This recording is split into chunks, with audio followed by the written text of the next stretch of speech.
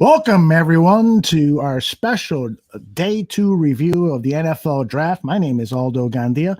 Beside me is the great, the one, and only Danny Shimon. Danny, how are you, brother? Thank you. I don't think I'm great, but thank you so much for that great introduction.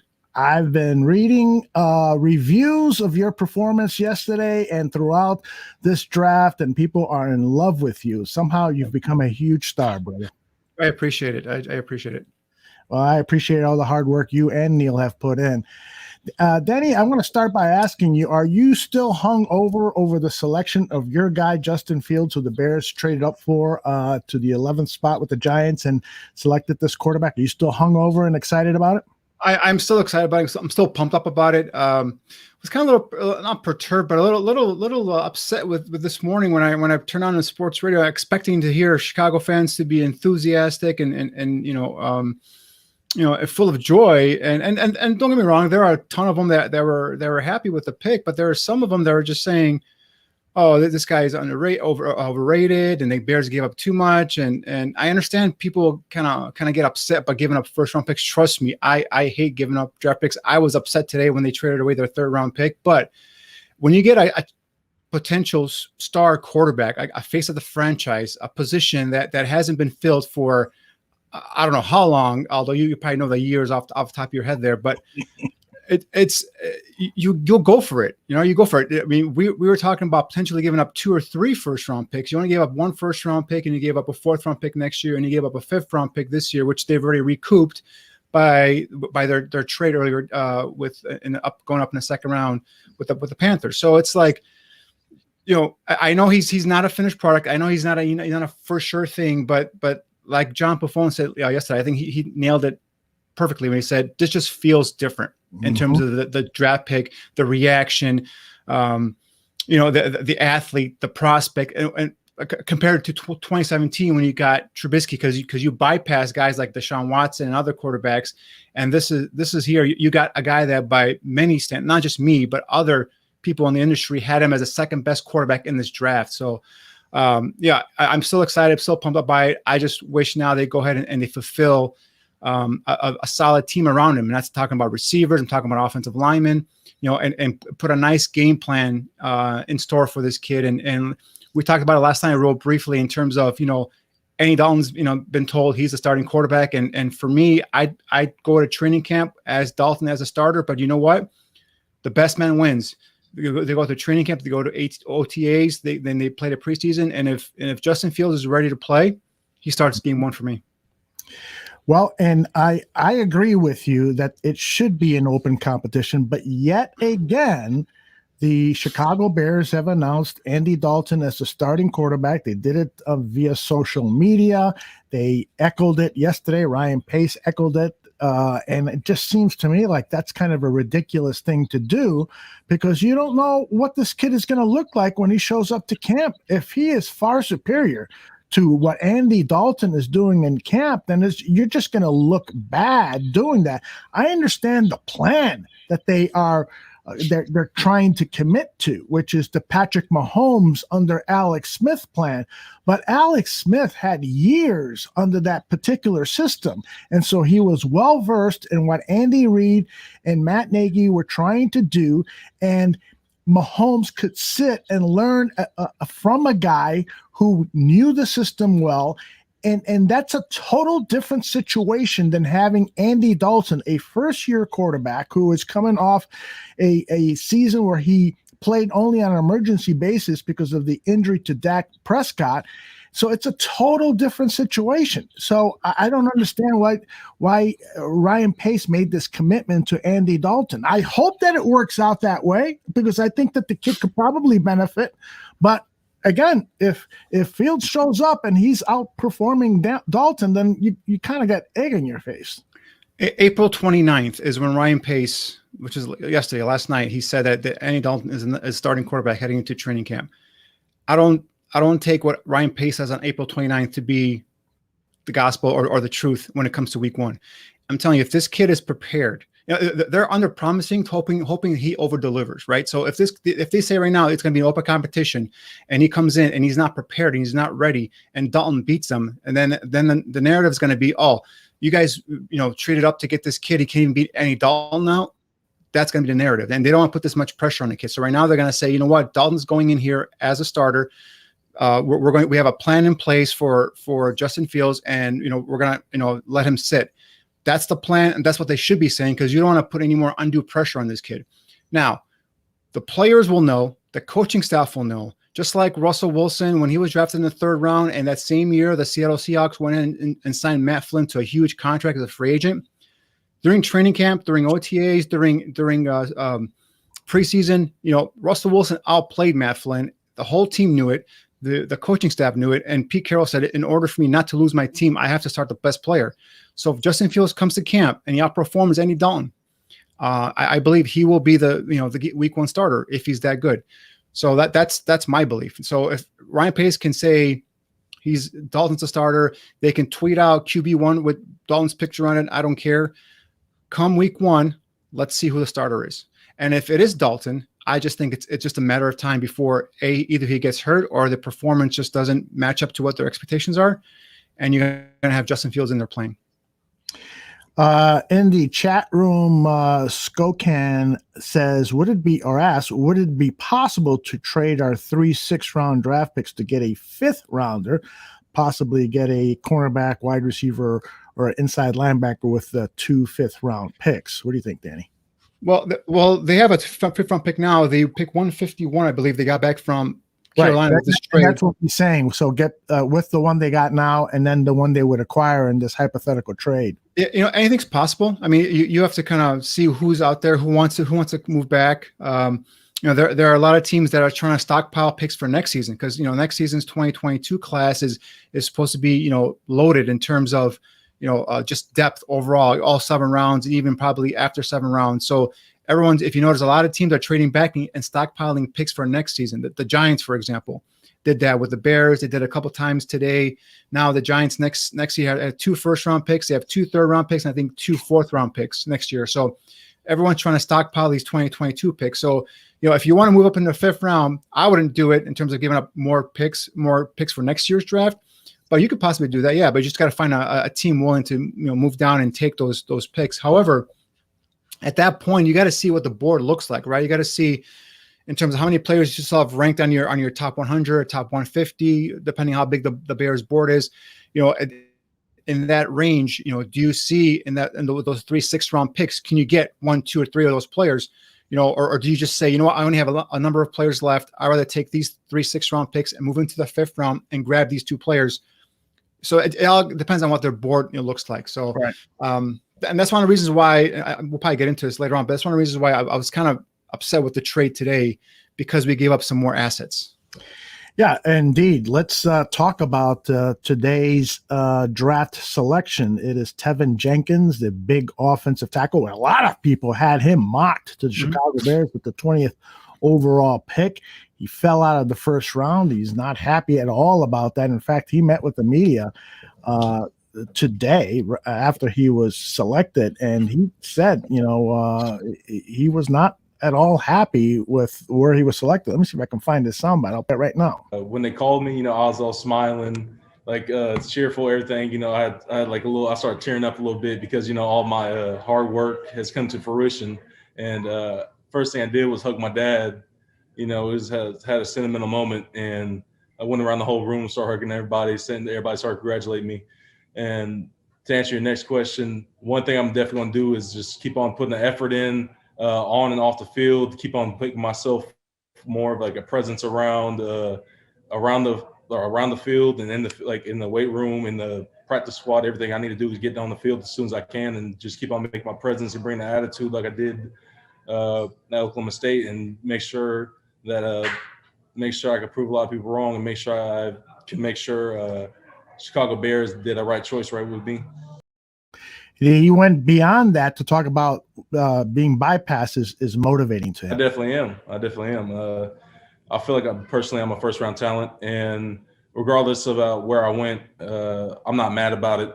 I'm not going to lose any sleep about it. I've been coming in today with I came in yesterday with no expectations. Coming today knowing that I'm gonna be picked within this day, and then I came in through with the mindset of, like, I went to sleep last night with the mindset of, all right, everybody passed with me, 32 picks. I'm gonna have to be able to make sure everybody like rules that day that didn't want to pick me in the first day. So I'm going into every weight room, every weight, like doing everything just 200%. I don't even care if my body's aching, sore, anything. I'm going to be pushing myself to the max because I want to be able to show everybody else that day one talent.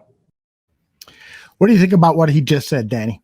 It sounds good. Sounds actually great. And one of the reasons, or one of the factors in which I didn't want him in the first round, I had a day 2 pick grade on him.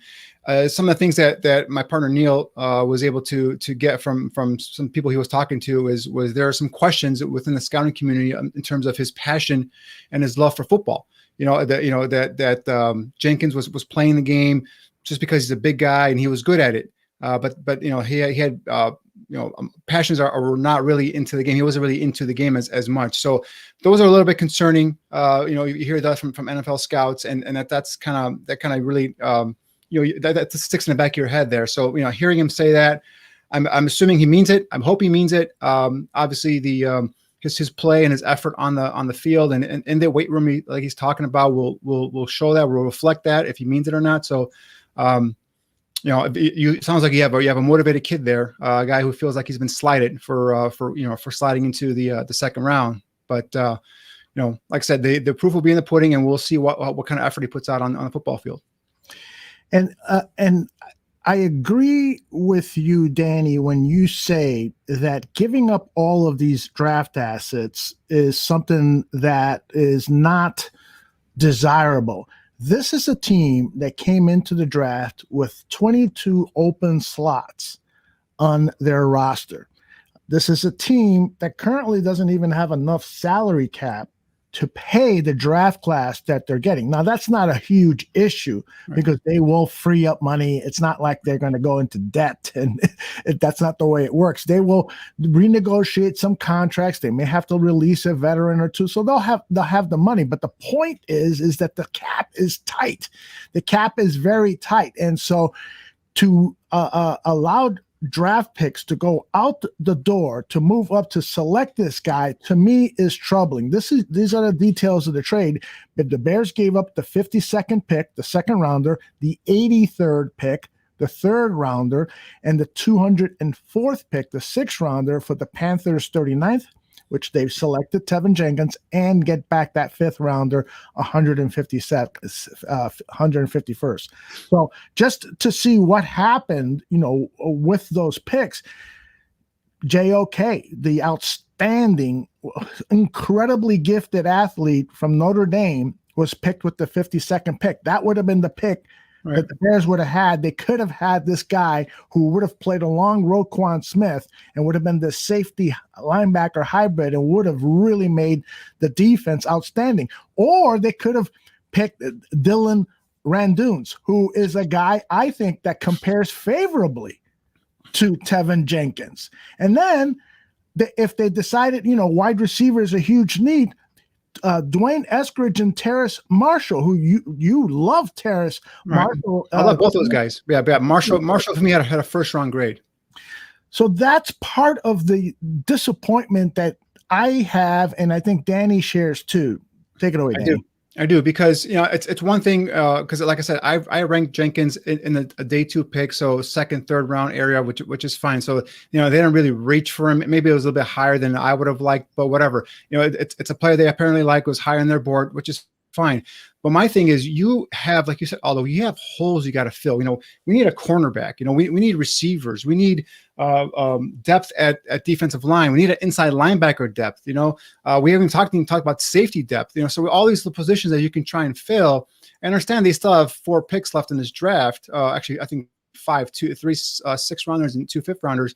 But it's the primary talent, the premier talent we just let go, and you just kind of just highlighted some of them. The other guy that was sitting out there was a kid that I am totally in love with, and I feel is going to be a possibly a day one starter for the Charger. The team that picked him is Asante Samuel Jr., the cornerback out of FSU. I think this kid can come in and be a starter day one for the Chargers. I think he could have been a guy that came in here and could have challenged for a cornerback position, starting position.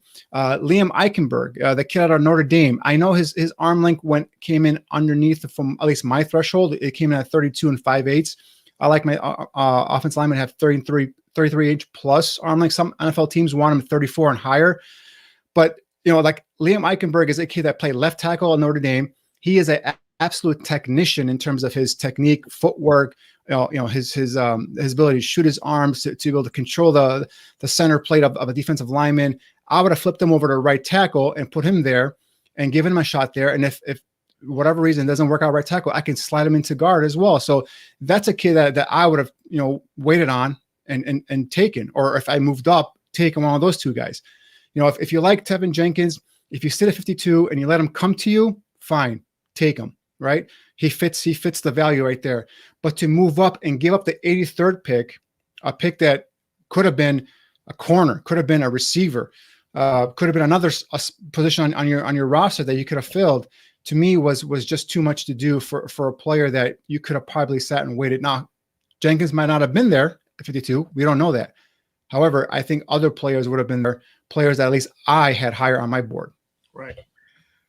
Well, I think it's pretty reasonable to suggest that they thought the Bears had intel saying that Jenkins wasn't going to drop. Probably. Why they leapfrogged and made that move. And it's obviously they have a higher opinion, and that's all that matters really. It's what their board says. Right. What my board says, what Kuiper's or Daniel Jeremiah, it doesn't matter. It's what their board says, and they're just going to their board. It's just that for me personally, like I thought there were some players that I thought were better, but that's here or there.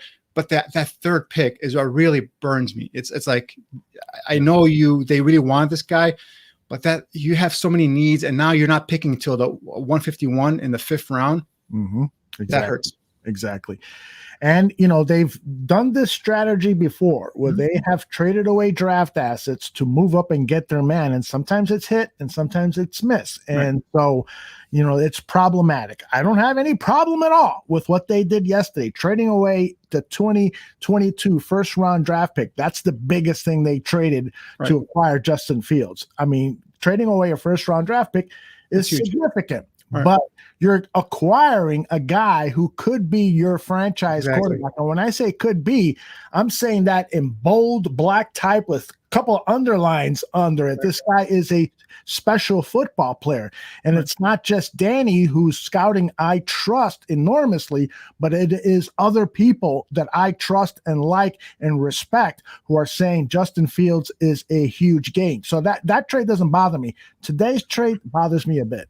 Right, especially because Jenkins, and again, I'm not trying to knock the kid. I'm not going to try and say that the kid cannot play at all. But in my rankings, he's played left, right tackle, and I believe left guard as well. Actually, I think he played both guard positions and both tackle positions at Oklahoma State. He's a 3-year starter. The kid is versatile, right, in terms of position versatility. When I watch him play left tackle, for me, he doesn't have the speed, the foot quickness to be able to play left tackle at the next level. Obviously, Oklahoma State coaches felt the same way because they moved him over to the right side. All right, at right tackle, there are some times where he kind of looks to be a little bit overmatched as well in terms of speed, but he stood up better at right tackle, I would say, than at left tackle. But his movement skill in space bothers me a little bit, right? So I thought potentially his best position at the next level would have been inside a guard. So I saw him as a future interior offensive lineman at a guard position. So again, we talked about the Bears' depth in terms of that those 3 interior positions. I think they're good there right now. So if this kid cannot handle right tackle, right, and you move him to guard, you already have the position already filled. So that's why I think this was a guy that might have been a reach at 39, right? If you stay at 52 and he drops to you, that's fine.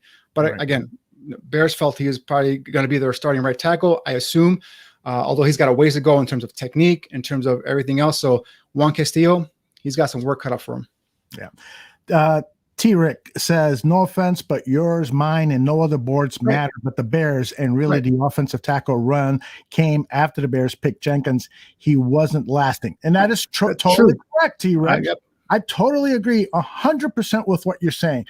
But we're in the business here of second guessing, like all fans do. It is our birthright to second guess and question what is going on. And so when Danny, who spends hundreds of hours looking at tape, criticizes a player, I want to know more, because Danny has studied scouting under people like Greg Gabriel, the former college director of the Chicago Bears, and he's done this professionally for years. So let's get to that. Let's study some of the tape. Let's get Danny's evaluation on some of this tape. We've pulled some clips.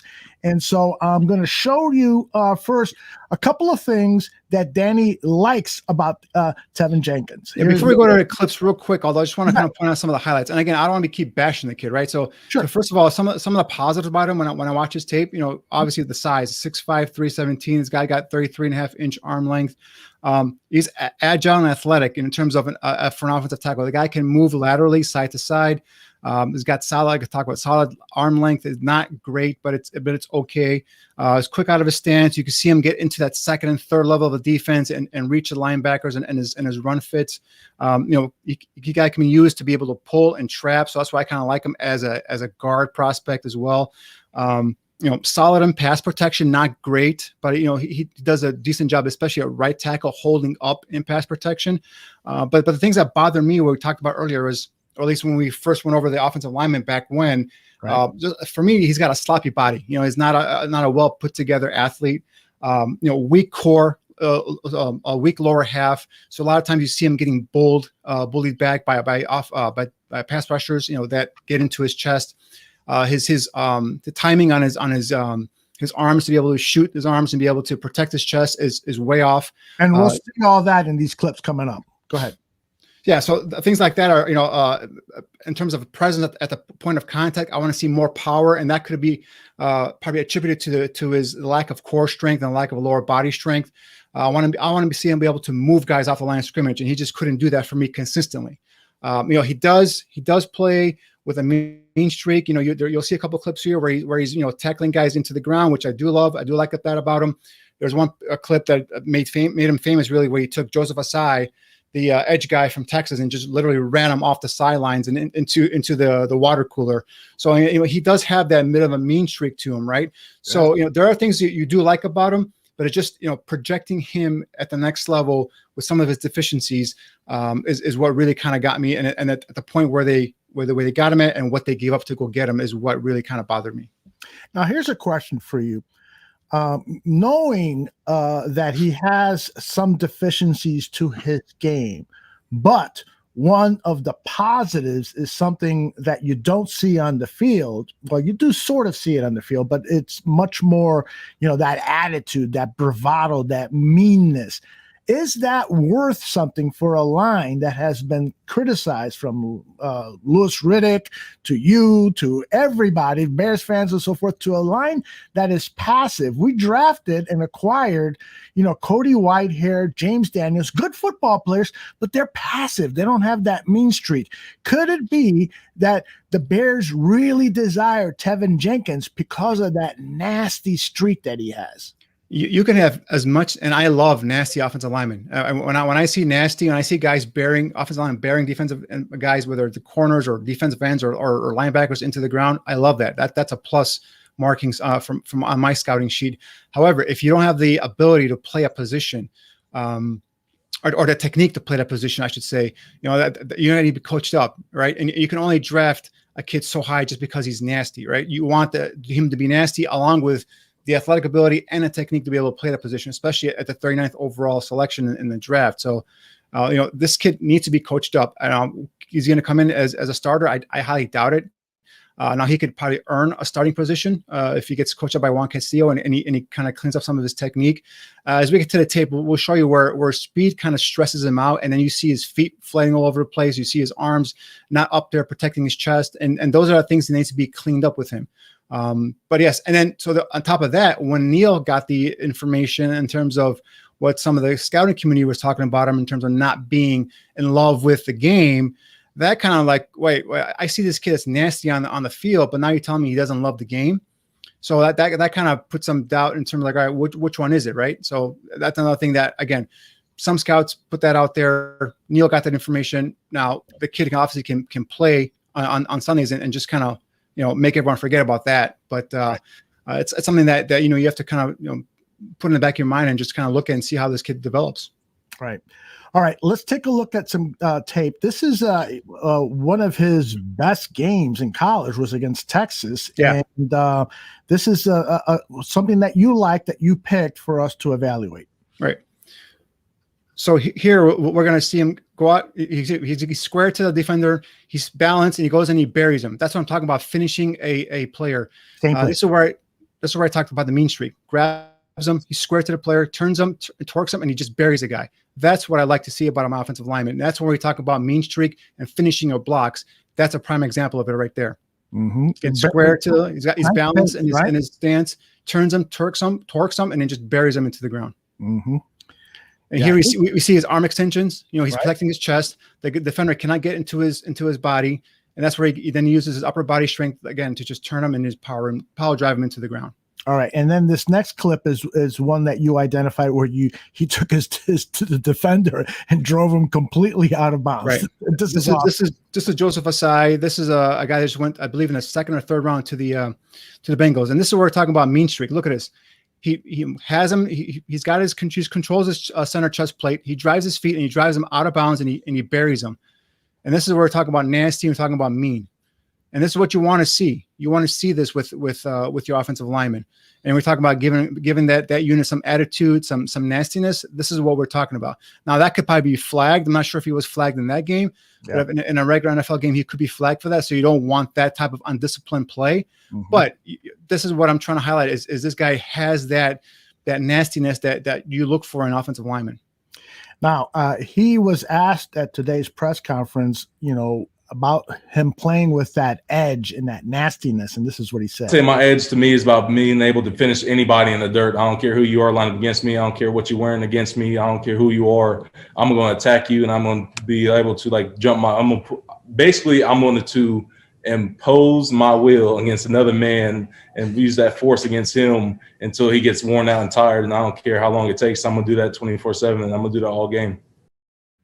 Gotta love it. The kid talks a good game. I mean, I can see why the Bears maybe fell in love with him because in the interview process, he probably nailed it, right? He talks like that. And right now you're thinking, all right, this guy's got the attitude, the want to. Maybe, whatever information Neil got, maybe, that's something that, it's not true. We don't know. We obviously we can't, prove it. But it's something that, like I said, he talks a good game and everything he says right now sounds great. My man Toa, who we love everybody that's in the chat room. Yeah. I mean, we've got probably the smartest chat room people in the world. He says Kyle Long asked his brother Chris if they would have won the Super Bowl had Parkey made that field goal. Chris Long said no because the Bears aren't physical enough. I can't argue with that. I can't. Well, that defense was physical. Mm-hmm. That defensive line was physical with Eddie Goldman and Akeem Hicks. Offensive line wasn't. Offensive line was not. Offensive line was not. Other than Kyle Long and at that time he was dealing with all those injuries. You're right. That offensive line was not physical. And yeah, if we're referring specifically to that, correct. But the defensive line for me on that team was physical. Mm-hmm. All right, so let's take a look at some more tape and some of the concerns that you have. Right. Let's look at this one right here against Oklahoma. Right. So here, he first of all, if you go back real quick, he's tall out of his stance. He's not balanced. He's opened up his inside shoulder. His arms, he's hugging the defensive lineman right there. his arms, he has to shoot his arms out and protect his chest. Remember on the other clip where he had his arms shot out, he was playing long, his chest was protected, he was squared to the defender, and he grabbed him, and he was able to use his upper body strength to go ahead and torque him and pile drive him. Here, look at him. He's upright in his stance. His feet are all over the place.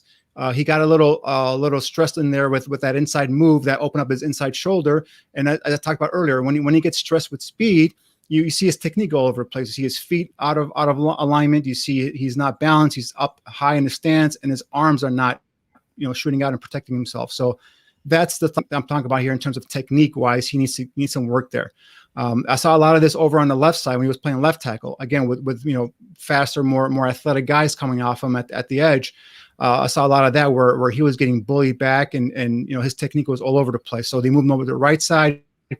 He held up a little bit better, in my opinion, on the right side than the left side. So that's why I see him as a right tackle, possibly a right guard. But again, speed stresses this kid out. Now, it's something that could be coached up, sure, because he shows the lateral agility to be able to move and get to his set point quick enough to be able to cut off that angle of the outside pass rusher. But he's just got to be more consistent with it. And if he gets beaten off the snap to his outside shoulder, or if he gets beaten to the inside like that guy was doing right now to him, he's got to be able to not panic and grab and hold and just totally start flailing away at the defender, but just be able to with technique come back and regroup himself and get into a position where at least he can keep himself in between the defender and the quarterback. Gotcha.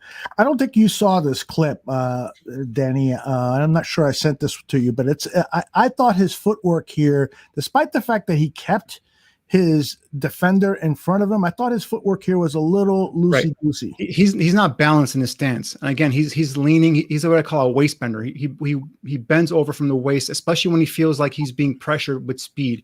So then he'll just lunges and he just tries to push the defender out of the way. Now, this might work in college, but a lot of these guys that are more refined in terms of technique-wise, technicians off the edge, they're going to eat him alive. And if they eat him alive, then they're going to eat the quarterback alive, and that's something that you don't want to see. Yeah. Now, a lot of people are saying, "Oh, you guys are nitpicking," but it is important to really delve into these players. There's been a lot of accolades about this pick and so forth, but we got to know exactly what we're getting. The 39th pick in the draft should come in and start for you. Yeah, I totally agree. And so a lot of people in the chat room are saying, come on, he's going to be a starter and so forth. I'm not sure that's a given. I mean, Jermaine Ifedi, he's a first-round draft pick from Seattle, and he was moved to guard because he had some problems at the tackle spot when he was at Seattle. And here at guard, he started off fine, but then he started to fall off a little bit. They moved him back to tackle, and he ended up the season strong. So he's not going to give up that job willy-nilly to Tevin Jenkins. So we'll see. That's going to be a great camp battle to keep an eye on. I want to share some of the thoughts about Tevin Jenkins that were made before the draft by some experts, so-called experts, or this guy, Dane Brugler, is an expert. I love his work. He does work for The Athletic. He did a 450-page draft analysis called The Beast. He wrote, overall, Jenkins must improve his consistency, especially versus arc speed. But he is competitive and powerful with light feet for his size. He compares favorably to Cam Robinson and projects as an NFL starter at tackle or guard. What do you think about what Dane said? I mean, pretty much it's what I said as well. Now, the Cam Robinson comparison, I don't see it. But Robinson, for me, is a bit more powerful. He's a bit more athletic. He plays left tackle for the Jacksonville Jaguars. I do not see Jenkins playing left tackle in the NFL. So at that point, I don't agree with. But we talked about, he's light on his feet. He's got some lateral agility. He has to do better against speed off the edge, which is what I've been talking about here. And then also he's got to clean up his technique. So. Alex Sims is saying, Jenkins has to play left tackle, Cody at guard, Mustafa center, James at right guard, Ifedi at right tackle. They asked Jenkins today if, what does he prefer, because he's been kind of pigeonholed at that right tackle. He was asked, are you locked in that right tackle? This is what he said. No, sir, I could play anywhere. I'm about to say this whole past offseason, going before that, through high school, through middle school, I was only a right tackle. And coming into college, they switched me around a lot. They came to left guard, left tackle, right tackle. And this whole past offseason, getting ready for draft, I was like, look, it's so easy for me to get my right-handed stance. I'm going to go left the whole time. And that's one thing I've been working on this whole past offseason and past even before that in practice. Like, I even tell coach, look, let me get some snaps at left tackle in practice just in case anything goes down. And I just carried myself through practice in that manner and just kept on going that way. And I feel like I could play any position. And I've also, let me also introduce that I've been also snapping. So just in case anything happens, I can also snap the ball at center and go on do that too. Versatility is very important in today's NFL. Coaches love guys that are versatile. I'm not sure why it's become so important now when you have fewer practices. And so you need guys, in my mind, you want guys to specialize in one position because you got fewer practices. If guys playing all up and down the line and spreading out his reps to different positions, that to me helps, hurts him. And example of that is the kid that played defense and then was Rashard Coward. Right, Rashard Coward. The only thing is you dress so many. I think you only dress 8, maybe 9 offensive linemen for a game week. Because of the limited roster. So a guy that can play multiple positions is key for you, because if you get an injury, instead of just having someone who just plays center.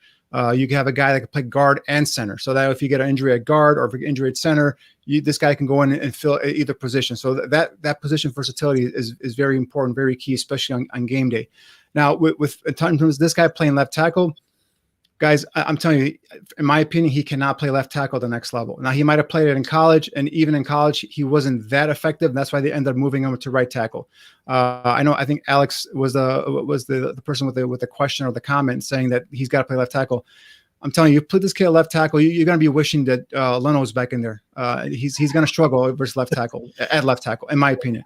Now, unless Juan Castillo can make this kid a miracle worker and make him into a left tackle, which I'm not going to say never, right? But it's just hard for me to see this kid playing at the left tackle spot. I have my concerns about him playing in space, even on the right side. So that's why I think at guard, where he's flanked by a tackle and a center, is probably ideal for him. That's why he doesn't have to move really outside. Doesn't have to worry about getting stressed out by space out there, or by speed in space, I should say. And I think that's probably a more natural position for him. We'll see how it turns out, but I definitely think they're going to start him at right tackle and see how he goes there. Now, if this kid projects faster than I think he can, and he starts at right tackle, hey, you know what? He's a starter at right tackle, and the 39th pick should be a starter for you right away.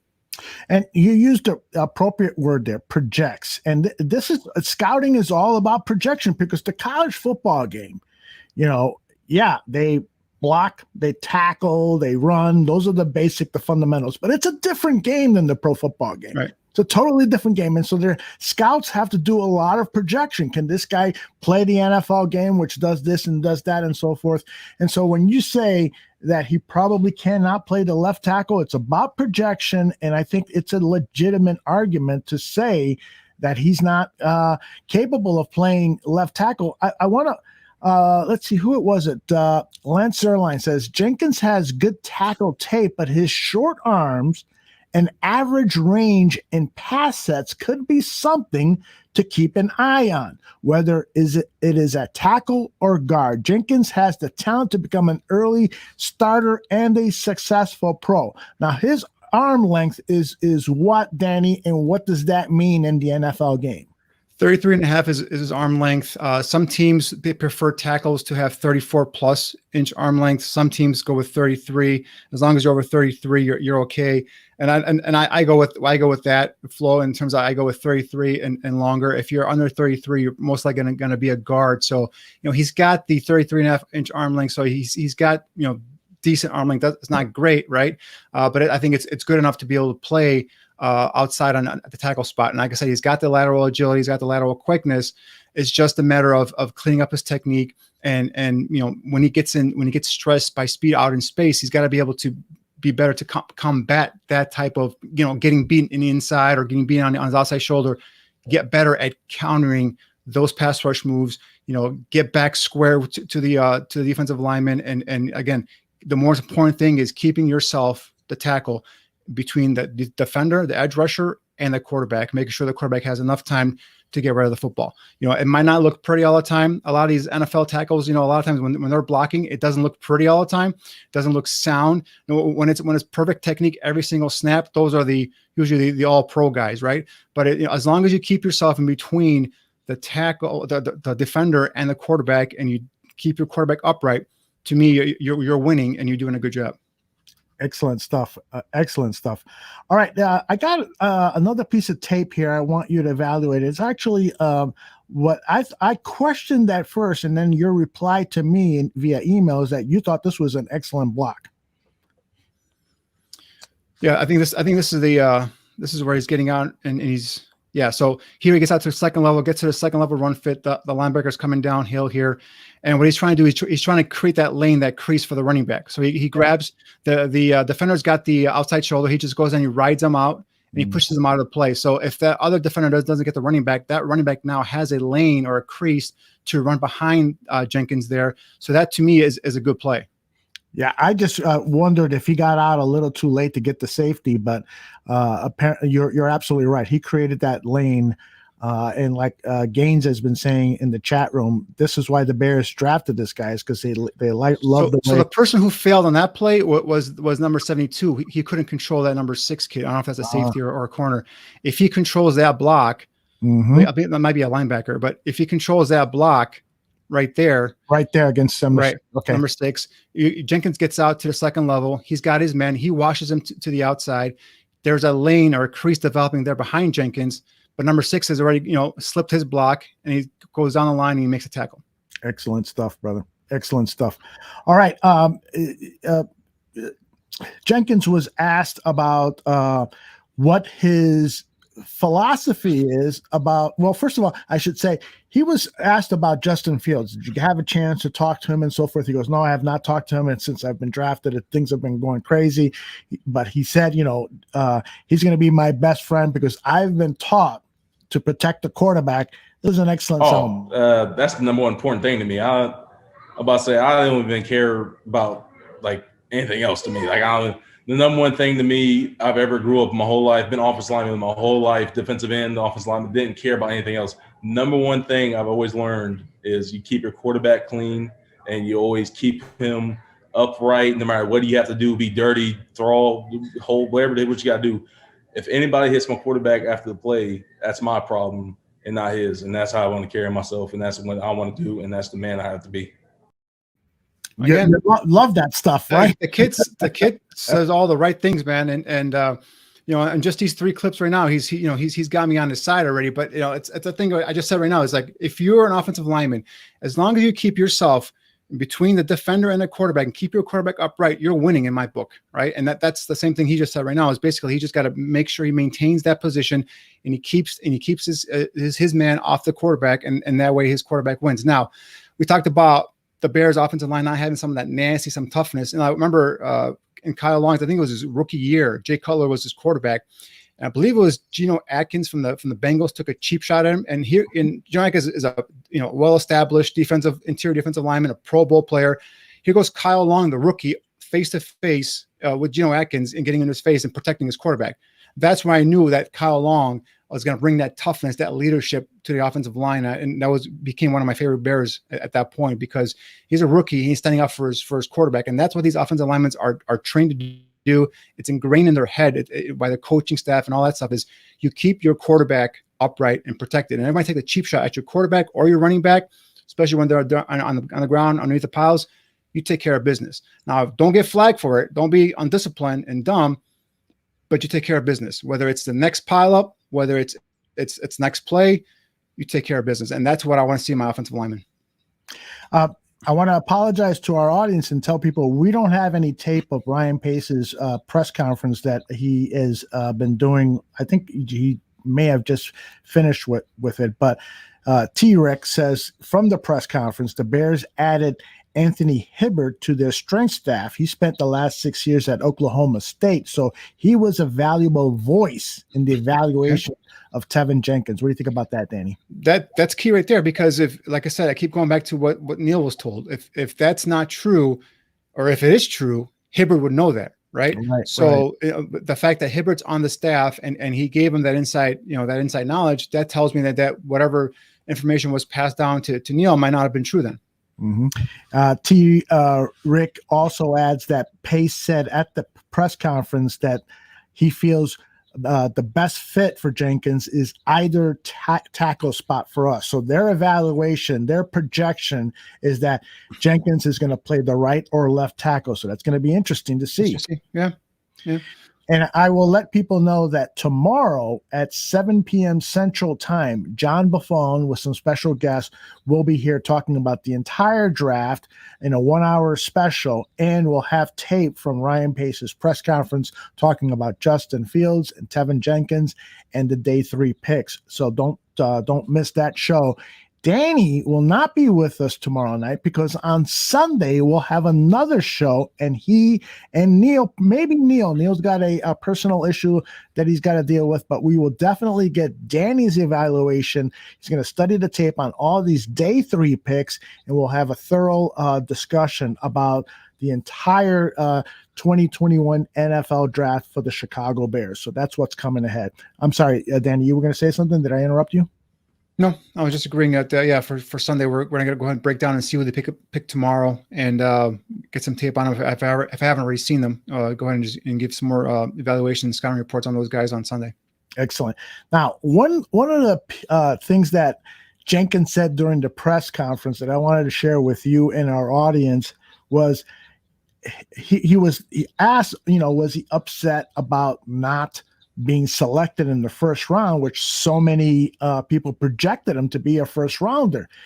And he said he's going to hold a grudge about that and so forth against his opponents. He's going to make everybody regret it and so forth. And then later, Adam Hogue asked him, can you tell us why you decided to opt out? And he said, I decided to opt out. And this was great. He was very honest. He said, I did it for business reasons. I wanted to get 100% healthy. I wanted to prepare for the NFL draft. I'm not going to besmirch him for that. He wants to get drafted high as possible so he can make money for himself and his family. Okay. But then he added this to that question. He wasn't asking about the Senior Bowl, but he added this. Honestly, to be honest with you, it's just my agent. Like, he's not in too much favor of the Senior Bowl, and in fact, and he said it wouldn't benefit me. So I decided to listen to his advice. I took his word like heart to heart because I hired him for a reason. I take his word for heart, and I listened to him and just took his advice and just said it was good for me, and just to not be there and keep on going on with my life and keep on training, be the way I was. Danny, I didn't like that. I didn't like that response initially, and because that. But I got to tell you, I think his agent cost him money. Right. So initially, I don't like the response because I'm like, I want him to go out there and compete against the best players in college football. Go out there and show that he can be either a left tackle or a right tackle or a player worthy of a first round pick. But then you sit back and all right, this is a young kid. He hired an agent, like he said, for a reason. His agent gave him bad advice. It's not his fault, and he just went ahead and listened to his agent, and then he ended up not going to the Senior Bowl. But I think that was a mistake. I think if you went to the Senior Bowl and participated there, guys, every team is there. Scouts are there. General managers are there. Head coaches and coaching staffs are there. That's the best place for you to make an impression on a team. And if you want to solidify your grade, go there and you compete, right? Some of the Mac Jones probably didn't have to go there. He ended up going there and competing, and he went top 15 in the first round. So there are pluses, positives to competing at the Senior Bowl, and Jim Nagy and the Senior Bowl committee do a great job of accommodating these players. They make sure that if there's any sort of tweak or any sort of minor injury, they make sure you sit out, you get medical attention. So it's not like they're going to push you to play and you're going to hurt yourself. So they take care of these players really well, and I think that was a missed opportunity. If he wanted to go, or if he wanted to solidify his first round grade, he probably should have gone to the Senior Bowl. But again, that's not his fault. I blame that on the agent. Yeah, I'm totally with you. His agent cost him money. There is no doubt about it, because, with his playing style and his approach to the game, he would have shined at the Senior Bowl. Even if there would have been some technical things that, but the fact that he just loves to drive people to the dirt, he would have shined there, and he would have definitely have been selected in the first round. So look at the kid from Whitewater, Wisconsin. He just went in the third round to the Denver Broncos. He's a guy that was a day 3, 5th, 6th round pick maybe, and he just ended up going to the Senior Bowl, impressed the heck out of everybody there, and now he's a 3rd round pick. So if Jenkins would have gone there, he could have solidified his 1st round grade. A coaching staff might have, just like listened to him or not being interviewed, coach staff might have fallen in love with him. Offensive line coach might have said, you know what, I want this guy. He could have pounded a table for him, and he might have gone in the 1st round. So, I mean, that's what, again, a lot of positives for these players to go to this. It's just bad advice, unfortunately, from his agent. Rick says, my alarm is set for all of your stuff. I don't like to miss it, Aldo and Danny. So thank you for that, Rick. Thank you. Appreciate it. All of us, all of the people that watch us on YouTube, please hit the like button, hit that little bell. It'll give you a reminder. If you have a Google account, it'll give you a reminder whenever we are live, so you don't miss any of our programming. And again, we're covering it all here now.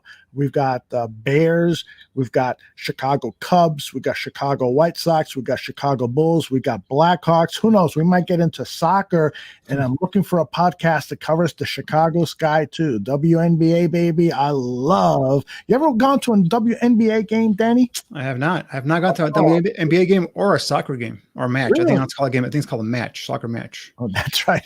Neil would be all over me now if I called it a game. So that's right. Neil's actually been talking to us about doing a soccer podcast. Yeah, he's a big soccer fan. Yeah, very, very big.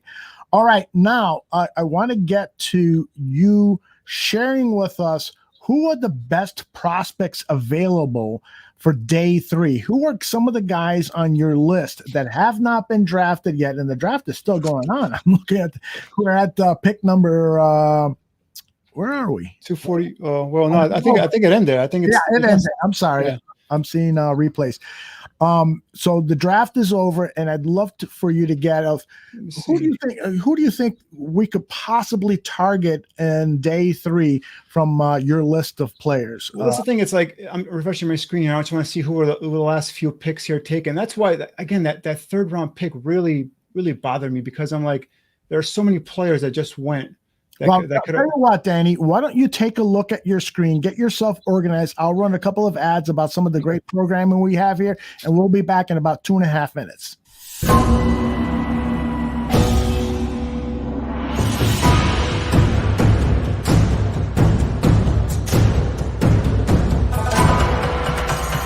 Hey everyone, this is Chuck Arfine, the South Burbs Hitmen. This show rocks, and you need to listen to it every single time the podcast drops.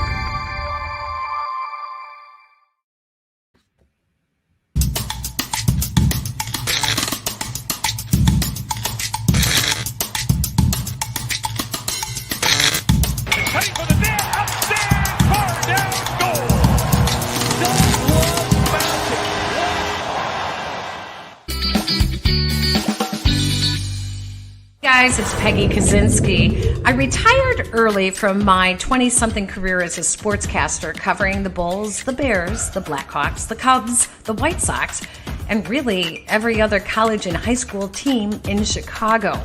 So what do you do after that? Well, you start a podcast. That's what I did with my teenage son, Jason. And the result is The Sportscaster and Her Son. Yes, I'm the baby boomer, a mom. We don't get along. We don't have a lot in common, but we both share a love for sports.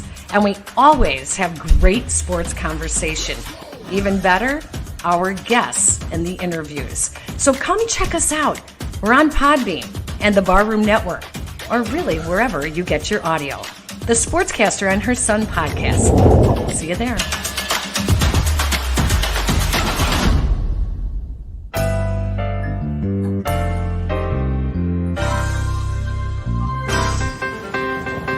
Look, I don't mean any disrespect. He just didn't play that well. Not for a guy of his caliber. If they don't run the ball here, I'm going to vomit. I swear to God. I don't really have any recollection of that at all, but I guess perhaps I blacked it all out. You know, they won, but I'm going to be miserable all week because they stunk.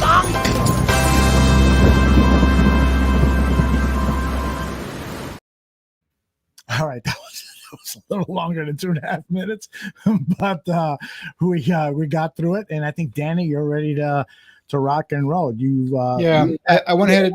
I went ahead and refreshed the screen here to see who was taken since we've been on the air here, and I'm telling you, a lot of talent just came flying off the boards here at the tail end of the third round, and that's what's so crushing about that, losing that third round pick. But I'm not gonna get into that again. But so far in terms of my top 100 players right now, guys, I don't know about you guys, but I'm concerned about the cornerback position. I think they need a cornerback, at least one. And I don't know if the Bears themselves feel good about the depth they have. Like I said, I like Kindle Vildor a lot. I think he's got potential. I'm not a big fan of Artie Burns. We'll see how that comes. He's coming off a torn ACL. We'll see how he was a first round pick by the Steelers. Didn't pan out, and then now he's coming off a torn ACL. So I don't have high hopes for him. They're obviously talked about the veteran they brought in Desmond Trufant, and he's okay in coverage, but also he's a guy that always gets nicked up, whether it's a hamstring or a groin pull or something that that sits him out for a week or two. So the depth there concerns me, right? And I mean, a lot of players. The highest rated corner on my board was Ifedi Mfanu from Syracuse, and he just went to Detroit. By the way, the Lions are having a pretty good draft this particular NFL draft here. But so the top rated corners still left on my board are Sean Wade from Ohio State, and Robert Rochelle from Central Arkansas. So in terms of Wade, he's a guy from Ohio State that if he came out last year, might have been a first or second round pick. He's a guy that really excelled inside as a slot corner at Ohio State last year. And then this year they moved him out to the outside, and he really kind of looked like he was lost. But he's 6 feet, 196 with 33 plus inch arm length. So you'll love that about him. But, he struggles sometimes downfield in terms of, with awareness and alertness to be able to turn around. Here he does a nice job of turning and finding the football. But there's a lot of times you just see him kind of running with his back towards the quarterback, and the ball's coming at him. Receiver stops, and then the next thing you know, he's being called for pass interference. So, he really struggled on the inside. I like him better as a slot corner, especially as a blitzer. The kid's physical, in terms of open field tackling. This guy does a great job of wrapping up and securing the tackle. You see here, he's bringing the lumber, knocks the ball loose. Athletic kid, right? But really struggled on the outside. So, I'm not sure if he's meant to be just a slot corner or whatnot. But that's the highest rated guy on my board right now. Robert Rochelle is a kid from Central Arkansas. Actually, he's the only one that ever picked off Trey Lance in his career. Trey Lance had one interception. That was this season when he played Central Arkansas. And Rochelle is 5'11", 191, an athletic freak, 4'4", 040, 32 plus inch arm length, quick feet, quick reaction ability. But again, he's coming from a lower level of competition. But he shows the athletic ability to be able to get in phase with a receiver downfield. Quick transition out of his back pedal to come downhill and be able to wrap up and tackle running backs or anything that's underneath him. So that's a kid that I also like a lot. Here's some highlights of him. You can talk about if you see anything here worth pointing out. With Rochelle, yeah. I mean, you took a look at him first, a 5'11", 191, solid size. And again, 32+ inch arm length, has the ability to go ahead and make a play on a football. We'll see here. He's downfield on phase, goes up and makes a play on the ball again. Guy catches nicely, clean hands, goes up and makes a play on the ball like a kind of like a receiver does. Coming downhill, wrap up tackler. So he's physical at the point of contact. So a lot of things I like about him. He'll come in initially if you pick a guy like this and give you some depth, right? A guy that can come in and compete for some snaps. I'm not sure how much he'll give you in terms of as starting or anything like that, but definitely you see right here his transition, being able to come downhill quickly, click his heels, and use that short area quickness and burst to be able to come down and close in on the ball carrier. The athletic ability and that size, I think is something that we could use here as well. So I like that kid, but again, we're talking about 5th, maybe 6th round area, which is where the Bears are picking next, right? So those are the corners that I'm looking at right now. If I go to the list of overall corners available, I mean, there's some intriguing guys out there like Zach McPherson from Texas Tech, 5'10", 196. Has shown some ball play making ability. Thomas Graham, I liked a lot from Oregon, senior, a little undersized, 5'10", 192, and a 4'4", 840. He was a guy that I thought had a potential to be a slot corner, but then this year again with Oregon, kind of played all over the place and didn't really have a great season. Again, it's a COVID year, so it's kind of hard to hold us against these players. Some of them, he's a Pac-12 guy, obviously. Some, we're not going to play, then they are going to play. So you don't know how that all went, and their whole timing and rhythm and preparation got thrown off. So it's kind of hard to hold us against these guys, this past season. I know Keith Taylor is a guy that from Washington that I liked down at Mobile in the practices. I know Neil likes a lot. He had him, I believe, in his top 10 corners. He's still out there. He's not really a quick twitch guy, but he's more a physical press corner. 6'2", 187 gives you good size. Ran a 4'5", 340. So he's a guy that's still out there and available. So there are some guys out there you can probably bring in and try and give a shot to. But these are my top guys available for tomorrow. In terms of other positions of need. Before you go there, do you know anything about Rashad Wild Goose from Wisconsin? Chubbs 82 is asking if he's still available, and he is. He's still out there. But I frankly have not heard much about Wild Goose. I believe Wild Goose. Oh yeah, Rashad Wild Goose. No, he's still out there. 5'10", 191. Ran a 4'5", 240. 150 10-yard split. 31 and 1/8 arm length. I have not actually. I didn't even grade him yet, so I have not really seen him. I remember watching him play at Wisconsin. He's more of I think if I remember correctly, he's more of a zone off man coverage corner. Mm-hmm. So we'll have to go and break down his tape and see. But he's listed as a priority free agent as of right now. So we'll see how that works out. But he's not a guy that, at least on my board, that's got a draftable grade. Okay, please go ahead. In terms of other positions that I'm looking at and guys, if you guys think another group that we should look at, but for me, at least receiver is an area of need, right? Mm-hmm. I think that they need to bring in at least one, possibly two receivers. Yes. Amon-Ra St. Brown, I don't believe he's gone yet. He's a kid from SC. His brother, Equanimous St. Brown, played at Notre Dame, is playing with the Packers. This kid, he's 5'11", 197, ran a 4.59 40, which is a little disappointing. I thought he played faster on tape. A 3-year starter. The kid had 178 receptions, over 2,200 yards, 16 touchdowns in his career. He's a 3-year starter at USC. Clean route runner, a terrific body control. The guy, yards after contact he's a machine with that. High points the ball in traffic. Catches contested balls. You see right there, goes up and makes a play. Sacrifices his body, can extend away from his frame and reel in the ball. Has nice solid hands. He's a guy out there. He's not what I was looking for in terms of bringing you that deep play making explosive speed, but he's a solid possession receiver who can get downfield, a guy who's got the body control, will be able to make some acrobatic catches downfield. So he's a guy still out there, my highest rated receiver right now. Tyne Wallace, which is a highly productive receiver out of Oklahoma State. 2 years ago, this kid was destined for the first round. Tore his ACL. He's had some injury concerns, right? Tore his ACL in 2019, sprained the same knee in September, and then had a groin injury in December as well. So that kind of slowed him down. He participated at the Senior Bowl, but just didn't look like he was at his full 100% in terms of his being fully healthy. Highly productive. Like I said, 205 receptions, over 3,400 yards, 26 touchdowns for his career, 3-year starter. 74% of his catches resulted in either a first down or a touchdown. So this is a high quality receiver. Again, ran a 4.49 which to me was a little bit surprising. He played more in the 4.5 range, but hey, you'll take that. So he's a guy that's still out there and is available. Like I said, a high volume pass catcher out of a system that throws the ball a lot to the receivers.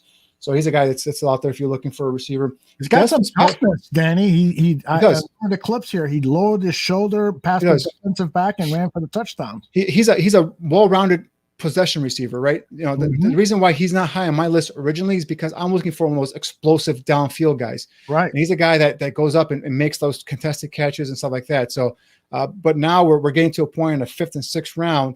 We're kind of being picky here in terms of who we're going to bring in here. Some of those fast, explosive guys might not be available. And Danny, for Justin Fields, you want a guy who is a fast downfield playmaker because Fields has that tremendous arm and accuracy. That one was the issues we had with Darnell Mooney running wide open, and either Nick Foles or Trubisky could not hit him in stride, and he had to stop or alter himself, or the ball's overthrown over his head.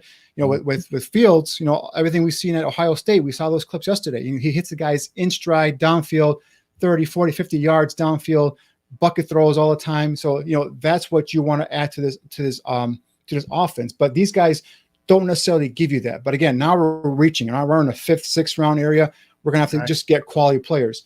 A guy that I really liked at the Senior Bowl, went back and watched him at Louisville, is Des Fitzpatrick. He's a guy at 6'2", gives you some size at 208, ran a 4.47 32 plus inch arms, has a 35-inch vertical. A guy that's not really known for being a deep threat, more of a possession receiver at Louisville. Remember Tutu Atwell, who was drafted earlier tonight. His teammate was a smaller, more faster, quicker player. He got the higher, the more attention, the big plays. But this Fitzpatrick was just a solid receiver. So as another guy that you would bring in a 5th, 6th round, could be another possible Darnell Mooney, if you will. So it doesn't have the.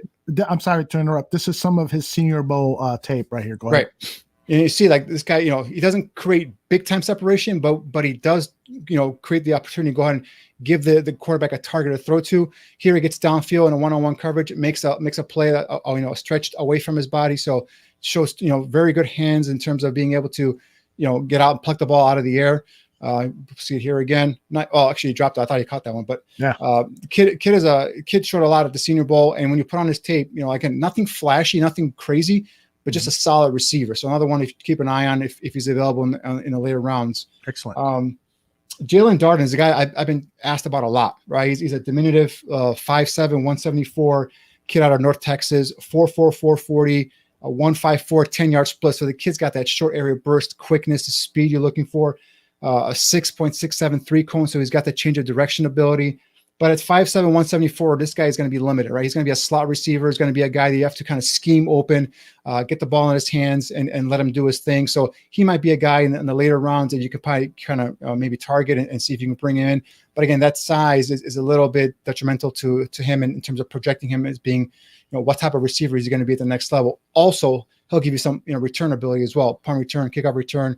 So that's another guy to keep an eye on, Jalen Darden from North Texas. Mm-hmm.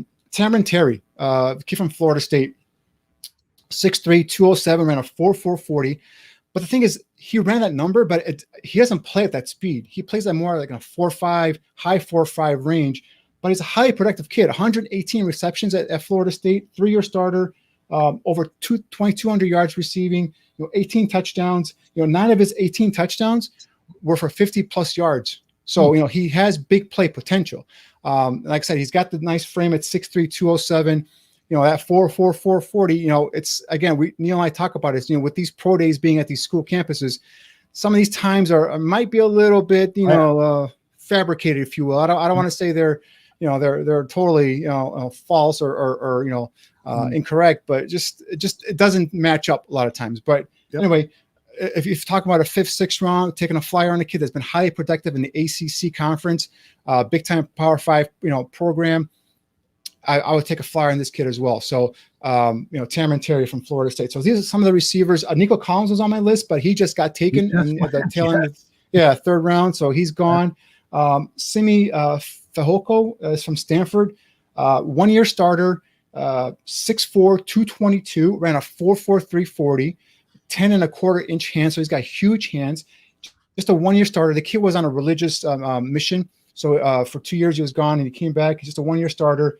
It will almost be 25 years old next year, so he's a little advanced in terms of age. So he might be just a 1-year contract kind of guy, but very limited experience. His route running is still in the development stages, if you will. So he's not a finished product. But again, if you want to take a chance on a guy with that size at 6'4", 222, running a 4.4 340, that's another guy you can probably take a chance on in the 6th round. So these are some of the names I'm keeping an eye on. Fortunately, a lot of the guys I wanted, the playmakers, the guys that can stretch the field, were all gone. Eskridge went tonight. A lot of other, Kadarius Toney went last night. So a lot of these guys went. That's one of the reasons I don't want to keep harping on this, but that third pick was so vital to fill one of these need positions, whether it's a receiver or cornerback. We came in today. I came in today, highlighting offensive line, receiver, and corner. They filled the offensive line position with Jenkins. Whether I agree with that pick or not, whatever. They like him. They took him. That's offensive lineman. That's fine. But you needed a receiver and you needed a corner, in my opinion. That pick gone, you weren't able to fill either one of those positions. Danny, I'm telling you, as I'm watching these names go out in the 3rd round, my heart was breaking because guys like Brady Christensen, the offensive tackle from BYU, Benjamin St. Juice, a guy that I fell in love with because of his play down at the Senior Bowl, the cornerback from Minnesota, just a tall athlete, lanky. He went with the 74th overall pick. Paulson Adebo, who you've been talking about and love, the cornerback from Stanford. He went. The wide receiver from Tennessee, Josh Palmer. I kind of liked him, and what he was starting to grow on me over the last couple of weeks. Chaz Surratt, who you guys have been talking about, the linebacker from North Carolina. Monty Rice, the linebacker. Pete Warner, the linebacker. All these guys were gone in the 3rd round. Right, Divine Diablo, the safety. Diablo, yep, that's the guy, safety. Man, I love that guy's tape. I know you're not a big fan of the tight end from Notre Dame, but Neil and IR, Tommy Tremble, he went 83rd. And remember, the Bears had the 82nd pick. Yeah. I just feel like he would have been, even from a special team standpoint, I think Tommy Tremble would have been a great acquisition. You talked about Nico Collins, the wide receiver from Michigan. He went early. So, a lot of good people went in that 3rd round. It was very, very difficult to see. It was heartbreaking for me to see that. Some people might find it funny, but I get more heartbroken when I lose 2nd and 3rd and 4th round picks than I do losing 1st round picks, because 1st round, we know it's a crapshoot. 50% of the 1st round make it, 50% are bust, right? But the 2nd, 3rd, 4th, those are where you build that depth, that team. Like last year, for example. Just look at last year. Darnell Mooney, 5th round pick. Kendall Vilder, 5th round pick. Both these guys possibly could be starters this year on your team. Second year on the team, could be starting, could be competing for a starting position. So this is where your team is built. The first rounders get the headlines, but the team, the guts of the team is built on day 2 and 3 of the draft. Yep. All right. We've got a bunch of questions in the chat room. Let's see what you can handle here. Chubbs, my man, Chubbs, he says, what do you think about Cornell Powell, the wide receiver? Cornell Powell is a physical receiver, 5'11", ran a 4.5 340, I believe it is. Tough at the catch point. Guy can go up and make contested catches. Guy really improved this year with Clemson. Was Trevor Lawrence's main go-to guy. Doesn't give you that speed element, but another guy that I wouldn't mind bringing in and giving him a chance here on the roster. Again, the reason why I didn't have him high on my list is because I've been wanting it. I've been pounding the table. Aldo knows it. Neil knows it. For these fast, quick twitch guys that I can just have the quarterback get the ball in their hands really quick, quick hitting plays and have them create on their own. Unfortunately, a lot of those guys right now are limited. But Cornell Powell is a solid receiving prospect, and if he's available in the 5th round, they decide to bring him in. That'd be a solid pick. But then that kind of would most likely eliminate, in my opinion, a Javon Wims roster spot, because they're kind of similar, if you will. Maybe Powell is a little bit more athletic than Javon Wims, but both kind of possession receivers, guys that can go up and make contested catches. But yeah, Cornell Powell is a worthy guy to keep an eye on as well. Excellent. This is not a scouting question so much, so I'll kind of chime in a little bit here. Does this draft forgive Pace overpaying for an overpaid washed defensive end while at the peak of the pandemic? I feel we'll be chasing for Kyle Fuller's replacement for years to come. I'll share my opinion first on this. No, it does not. I think, when you make a judgment on Ryan Pace, one of the things that he did terribly wrong was overpaying Robert Quinn. This was a terrible decision from so many aspects. I mean, this guy, is out of position for the type of defense that Chuck Pagano wanted to run. He only had really one good season over the last 3 or 4 with the Dallas Cowboys. So that was more of an aberration than anything. That he did not come in for a physical. So when he shows up with a bad injury that limited his OTA time and practice time and camp and so forth. I mean, the list of reasons why Robert Quinn was a poor decision for the Chicago Bears is endless. And so, no, I don't forgive Ryan Pace for this. And we lost Kyle Fuller, indeed, because of the money that was devoted to Robert Quinn's contract. What do you think, Danny?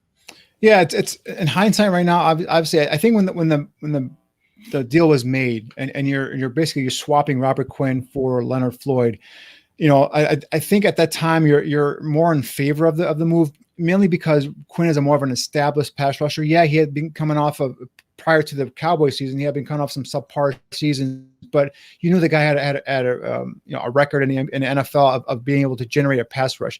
And I think people were just tired of the Leonard Floyd experiment. And I think we kind of welcomed him in. Now, overpaying for him as much as they did and then not getting anything out of him is something that's going to taint Ryan Pace for a long time. Now, drafting a potential star quarterback can clean up a lot of stains. Yes. So I think that could clean up a stain if Justin Fields turns into the player that Aldo and I and a lot of people expect him to turn into. Yes. But again, until that happens, those stains are still going to be there. Yeah, that's a very good point. All can be forgiven if Justin Fields shines the way we expect him to. Well, people forget, like Tom Brady cleaned up a lot of the stains of Bill Belichick's and his failed draft picks. I mean, a lot of the Patriots picks never panned out, but you had that quarterback that would go ahead and put you in contention for play division titles, Super Bowls year after year. And then what happens the year he leaves, and now all of a sudden all the warts are appearing on that Patriots roster. So what does he do?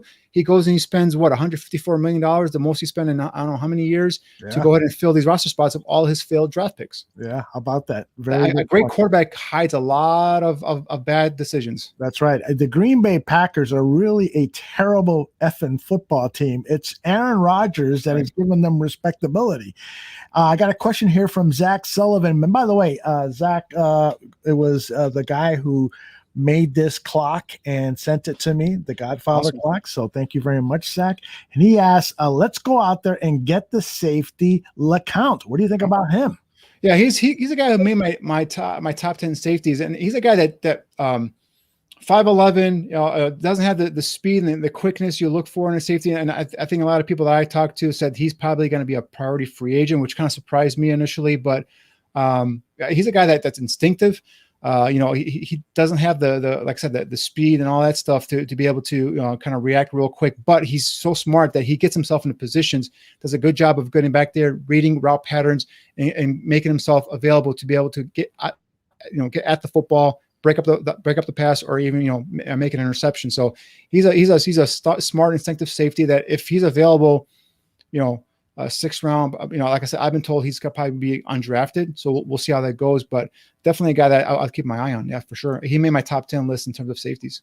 About 30 minutes ago, Toa asked, do you think that we can rehabilitate Anthony Miller? And he's been having a discussion in the chat room with a number of people, some people totally against even giving Anthony Miller a second chance. But I'll ask you, I mean, you were pounding the table for Anthony Miller. We were doing a draft show, and when the Bears traded back into the 2nd round to draft Anthony Miller, you and nobody was disagreeing with you at the time. You were saying, this is the guy I've had my eye on. This guy is special. but unfortunately things haven't happened for him, to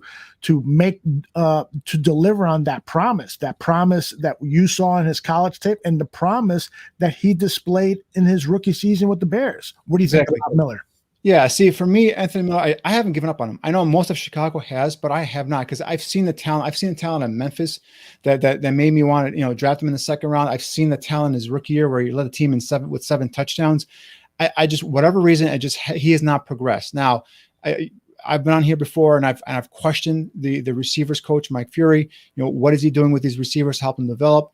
But also Anthony Miller is to also stand up and answer some of the questions that are posed to him in terms of why hasn't he taken it upon himself to get better and develop his own skill in being a receiver. So to answer the question here, Tal, what I would do is, he's in his last year of his contract. He has no trade value, absolutely none, in my opinion. So trading him would be nothing. Cutting him for nothing would be just a loss. I know some say it's already a sunk cost. Just let it go and start. But why? If you can, salvage this kid, you have Andy Dalton here. You have Justin Fields here now, a new quarterback. For whatever reason, he never really took off with Trubisky. After that first year where 7 touchdowns, after that he just never was on the same page with Trubisky. It looked promising with Nick Foles in that Atlanta game where he caught that winning touchdown when Nick Foles drove him back for that rally victory. But it just, again, never took shape. And again, he's always been criticized and blamed for running the wrong routes and being in the wrong area, for a particular play. And for me, instead of the coaching staff throwing him under the bus and kind of letting the media know, hey, he ran the wrong route, why doesn't the coach sit there and tell me why 3 years or 4 years into his career, this kid is still running wrong routes? Why is he not being coached up? That's what I want to know. But to answer the question, last year of his contract, let him play out. Let's see what happens. Maybe these quarterbacks give him something. Maybe the motivation of another contract gives him something, some spark. Even if the Bears do not plan to sign him long-term, if he has a decent season, he leaves, he could, that could be then calculated as a compensatory pick. You guys get back, the Bears get back, next offseason, next draft. So I would just give him a shot. At this point right now, cutting him or trading him, you get nothing in return. Let's see what he does. Chubbs is not a big fan of giving him a second chance. He says, you're not asking for a second chance. You're asking for a third. And this is the NFL. It is not charity. Chubbs, it's hard to argue with that point because you want to discipline a player. He's had multiple issues, but I think, Danny was touching on it there. This could be more Mike Fury's problem than Anthony Miller. We know that Mike Fury and Matt Nagy are buddy, and Fury has survived all of these coaching changes. He survived the purge. They purged the offensive staff last offseason, and he's the only one who survived that, if I'm not mistaken. Yes. So what is going on there? Is Mike Fury really responsible for some of the issues that are going on with the wide receivers on this team?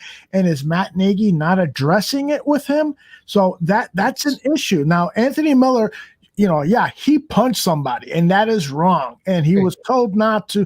That is wrong. But at the same time, I'm a whiskey drinking mother effer, and so once in a while, I'm going to forgive a guy, and that's a tough one to forgive because it's a playoff game. But I still see a lot of talent and potential in Anthony Miller. I'd like to get to the bottom of why he is not producing because the talent is there. A couple of points there. So besides Anthony Miller, Javon Wims hasn't developed. Riley Ridley, a 4th-round pick, can't get off the bench, can't be active for a game. Why is that? So all these guys don't know how to run routes. All these guys don't know how to be in the right place at the right time. Explain to me why is it? And all these guys fall under the umbrella of the receiver coach, Mike Fury. What is he doing to help these guys get better? Allen Robinson is a veteran. He came in here already established as a receiver, so Mike Fury can't really help him that much. Darnell Mooney came in here as a rookie. Mike Fury didn't do really that much for him, I don't think. And he established himself in terms of his first year and produced. So, the thing with Anthony Miller is, I think Chubb said, his third opportunity, third chance. You guys keep pointing to the punch in the playoff game. Yes, egregious, should be suspended. Fine, no disagreement whatsoever. But what is the other, thing that he did wrong? He hasn't been arrested. He hasn't been, accused of domestic violence. He hasn't done anything, illegal, right? I think the only other thing that sticks out to me is he flashed I believe it was a gang sign or something like that at one of the against the Rams play, which to me is it's a hidden moment. This kid comes from his mentor is Steve Smith, the former Carolina Panthers receiver. So he's got that same kind of mentality. Yeah, I think it was disproven that was a gang sign, but I'm not sure. Okay, that's what it was said, right? And I don't think it was a gang sign either, but that's what the media ran with. So, but other than the punch, which was dumb in the Saints game, he hasn't really done anything. So everybody's saying, "Oh, this guy's second or third chance," and Neil's big on him too, like getting rid of this guy. I'm like, all right, he hasn't been arrested. If this guy's been caught drunk driving, beating up his girlfriend, to my knowledge, he's married with a kid. He settled down. He's a guy that he cannot control himself in terms of sometimes when he gets too emotional on the field, which is something you have to work on. But we all know we've seen his talent. He's a talented kid. It's not like he's a bum, right? He's a talented kid. He's proven it at college. He proved it in our first season with the Bears.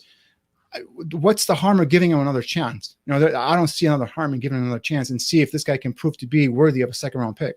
Right. The word is that George McCaskey was upset. And again, this is just a report, so we don't know for sure what George's opinion is on this. We know that, a lot of times the image of the team, Virginia McCaskey guards over that carefully. And she was at that game and saw Miller throw that punch. And so that might be behind these stories that Miller is on his way out. But we'll see. I mean, if that was the case, although he would have been gone by now. They were just cut him. Right? Yeah. You would think. Yeah. But my feeling is this: if you don't secure a viable replacement for him in this draft, you got to give him a second chance, whether you want to. That's why receiver was so high on my list. If you're going to get rid of Javon Williams, you're going to get rid of Anthony Miller. Who are you going to replace him with? And you're going to get rid of third-round draft picks. Who are you going to replace him with? You don't have cap money to go sign anybody. So you got to bring in these young guys to go ahead and try and compete for the spot. And that's why I'm saying, bring in competition, and let him compete. If he doesn't, improve in training camp, and if he gets beaten out for a roster spot, then fine. You go ahead and cut your losses and you go on and move on. But as of right now, cutting him or trying to trade him where he's got no trade value is pointless in my opinion.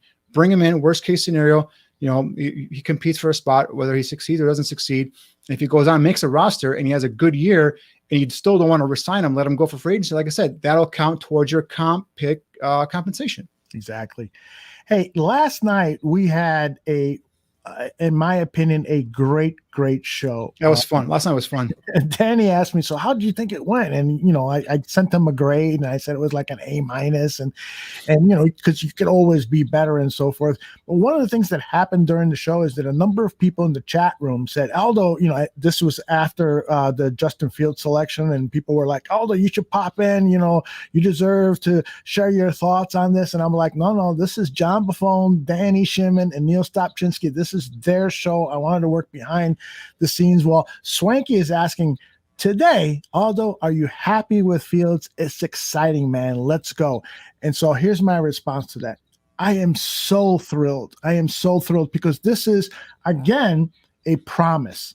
This is a promise that this team finally has nailed down their quarterback of the future, their franchise quarterback, that we can actually go from being ridiculed for never having a good quarterback or not one since Sid Luckman to actually having a quarterback that we can be proud of, that we can count on, that's going to keep us competitive. And especially nowadays with the league so dependent on having a superstar franchise quarterback. I mean, all of the rules are basically set up now for the quarterback to shine, protecting him, getting him receivers to get open, you name it. Like 50, 60% of the rules that they come up with are to help the quarterback position. And so it's important to have that. But again, I'm also realistic. It's just a promise.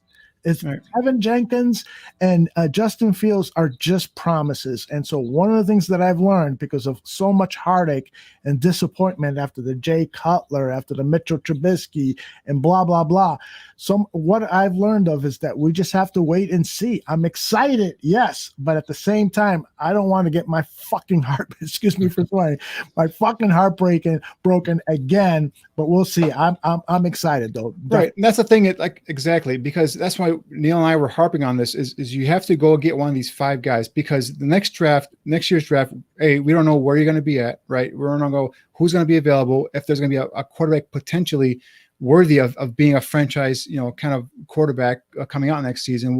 Again, it's too early to see, but right now, early preview of next year's quarterback class doesn't look that good. So the one thing with Fields is in my rankings, he was the second best quarterback in this draft.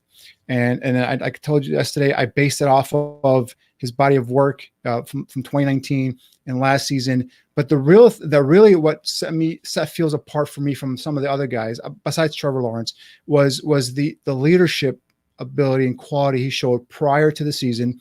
You and I discussed this already, Aldo, was with him going and petitioning to get to play, because he didn't have to do that. He could have just walked right into being a top 5 pick this year, not play a damn snap or down at all, but he wanted to play.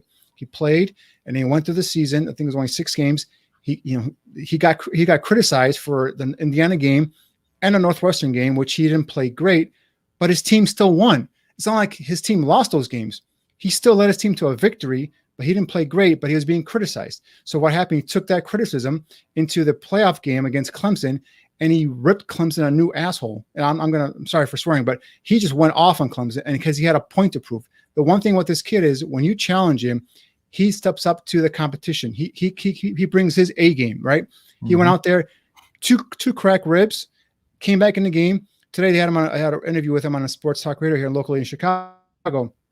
And he said, when you're in there getting your ribs checked, and then also the Michigan game when he hurt his knee, they said, what are you thinking in that tent, in that blue tent when you're getting checked over? He goes, my sole thinking is I got to get back into the game, because if I'm not back into the game, we're going to lose this game. So I got to get back, whatever I got to do, I got to get back into the game.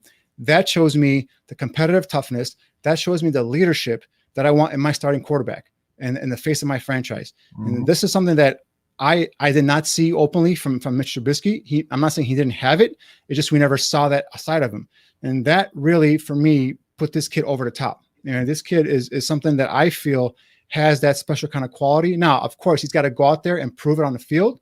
And that now is incumbent upon Matt Nagy to go ahead and coach him up right, put him in a system that highlights his strengths. Because like I said yesterday, he's not a finished product. He still has some development to do in terms of his processing and getting rid of the ball quicker, not holding on to the football. But that's something that can be coached up. And more so Nagy, I believe in John DeFilippo. I think this guy is gonna break, if he needs to break down his not that his throwing motion needs to be broken down, but in terms of mentally breaking, speeding up his play clock in his head, saying, all right, you can't hold on to the football this long anymore. I think that's the guy I have faith in that's going to be able to take this kid and now nurture him and make him into a professional, possibly all-pro quarterback. And that's why, like John said last night, and I thought it was a great point, this feels different than 2017. 2017 for me was a gut punch. I think you had me on to the post-draft after that first-round pick, and yes. I was down. I mean, obviously I wanted Deshaun Watson. You wanted Patrick Mahomes, right. But it's like it just felt like a gut punch to me in 2017. This was more jubilation, more excitement, more like, yes, we finally might have found the answer to our quarterback quandary here in Chicago. So that's why to me it's excitement. Good stuff there, Danny.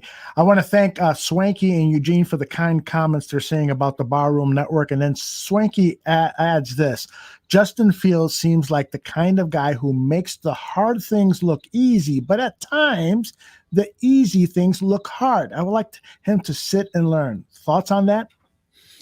I would like for him to sit and learn if he does not give the Bears the best chance to win week 1. Right. So if he goes through the competition, that's why right now everyone's saying that Dalton's a starter and all this stuff. And yes, entering week 1, when the first depth chart is produced by the coaching staff, Dalton's going to be QB1. But that's why you go through the OTAs, you go through through a training camp, you go through all the preseason games. And if this kid is proving to you that he's ready to go ahead and play week 1, you got to put him out there. Matt Nagy owes it to his coaching staff. He owes it to the organization, or to the fans, and to the players to put the best player out there. Right?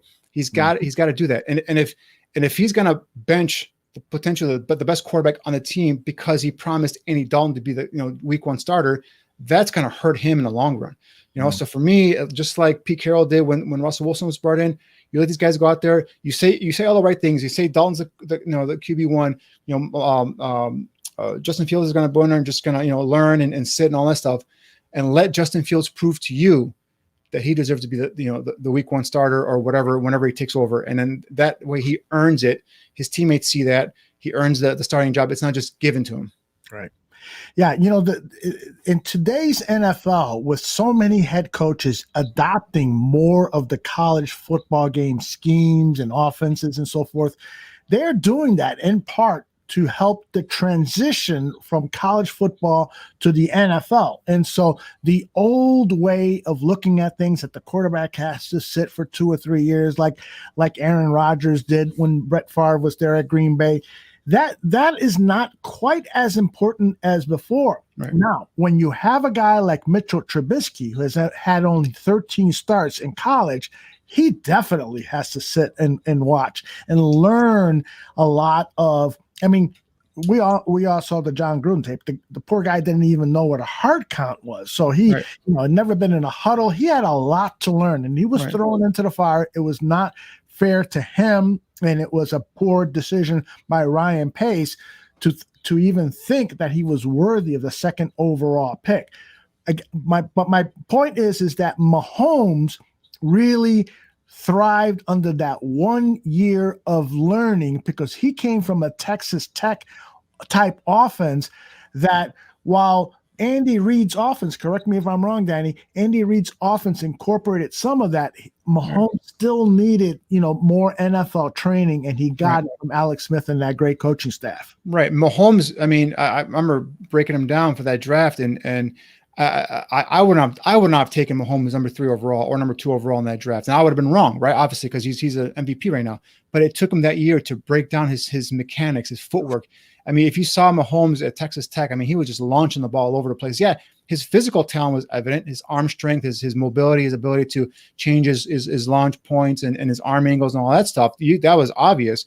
But in terms of processing, breaking down, his mechanics, his footwork, it was just horrendous. I mean, there was times he would just throw the ball up for grabs, and the defense would come on with it for an interception. And I'm like, what is this guy doing? Where is his thought process going? So Andy Reid took him, with the guidance of Alex Smith and Andy Reid and his coaching staff, and they kind of broke him down, got him all situated in terms of this is how you play the system and all this stuff. And when he was ready to play, that talent was harnessed and it was coached up, and now we see the finished product. Even initially after that first year, he was still saying that he was still learning. Mahomes is still learning how to read defenses and all that stuff. It's that second season, I believe he won the MVP, where he said that he was finding out getting comfortable. So, even that, kid right there was not ready to, after a year of starting, he needed a couple years. So the thing with Justin Fields is, I don't want to just throw him in there and just say, all right, you know what, here, go in and win us these games, because he will not probably be ready for it. And that's why saying that he's not the starter, don't put pressure on him right now, have him come in and compete for the position. And then, like I said, eventually, once he becomes ready, everyone will know it. The coaching staff will know it. The team will know it. And then that at that point, you go ahead and promote him, and then you don't look back. He's your starter, and you roll with it. And it's incumbent on Matt Nagy not to screw this kid up, because this is a Matt Nagy pick. Yes, Matt Nagy has his hands all over this pick. Yep. Right. So, last with Trubisky, he could have said, what, I wasn't here. I wasn't here when the pick was made. Louis Riddick has said it multiple times on ESPN. Yes. Louis Riddick and Nagy are close. Mm-hmm. And Louis Riddick says he knew how Nagy broke down that 2017 class, and he had Deshaun Watson as a top quarterback, and he would have taken Deshaun Watson. So, So this is Nagy's pick. Nagy scouted these quarterbacks. He said, go get this guy. Ryan Pace went and got him. So this is on Nagy right now. It's on Nagy. Chubbs says Justin Fields is going to be the week 1 starter. I think anybody saying otherwise is just lying, like Ryan Pace is lying about it. Fields is quite possibly the smartest player to ever enter the NFL. I don't know if he's the smartest to ever enter, but I'll tell you one thing. He has got such a unique set of skills that are all at a high level. One of the things that I like to look at is what are all the skill sets? And if you were to do like a bar graph, accuracy, smarts, athletic ability, and so forth, Demeanor, bars, demeanor. You name the 10 top characteristics. All of the bars on Justin Fields would be close to that 10 level. Right. The biggest thing that probably is at maybe that 6, 7 level is, the processing is sometimes he can take a second too long, particularly on blitz plays, which is what I've noticed on blitz plays. Sometimes he holds on to the ball a little too long because, he's hurried. And so that's just going to take some experience and some good coaching. He'll get the good coaching.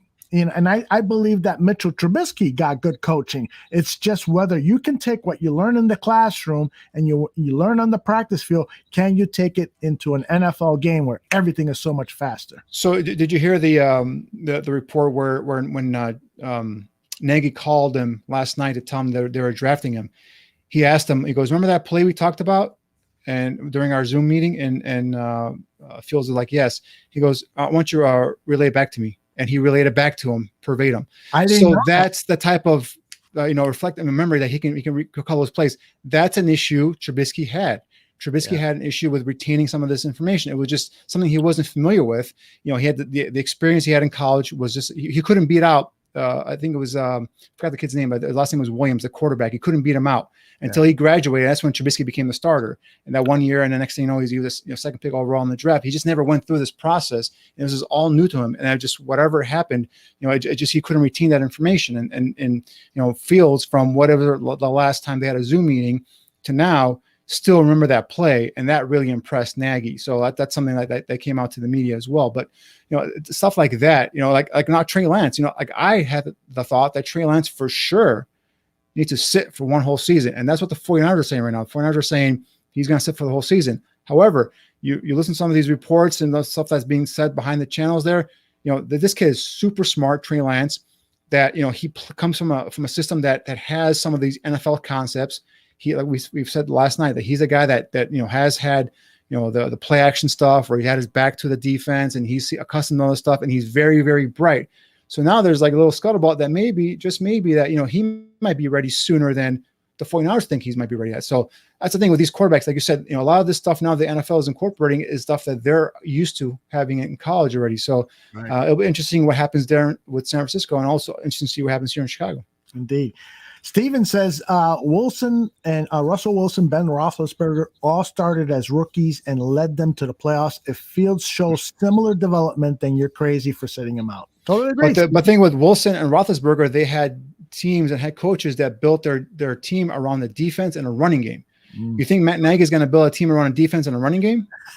Well, defense he's inherited, so that's but the running game. I mean, he's going to have to commit to the running game. And I remember Roethlisberger, when he first started as a rookie, he wasn't really that quarterback he is. He developed into. Same thing with Russell Wilson. He wasn't the quarterback he is now. Right? It just kind of gradually got better and better and better. So that's the thing. It's Nagy's going to have a system for this kid, a plan, not to rush him, just kind of bring him gradually. If you want to bring him that way, hey, great. If we want to see Matt Nagy committing to a running game and a rookie quarterback that's going to be able to make plays when he has to, let's do it. But I just don't see Matt Nagy committing to a running game. Yeah. Chubb says Justin Fields is more developed than Patrick Mahomes was when he got drafted. I don't think it's the same situation at all. I think Chubbs makes a good point that Fields has more experience, played better against better talent and so forth. So there is a difference there. He's right. Fields is more comfortable in the pocket than even Mahomes was coming out of college at Texas Tech. So, Fields, 70% completion percentage in college, made plays in the pocket.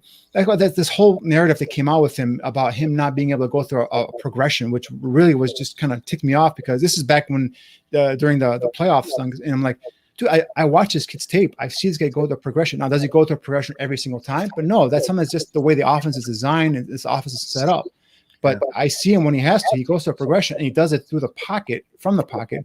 So, again, that's something that Trubisky was never comfortable in terms of making plays from the pocket.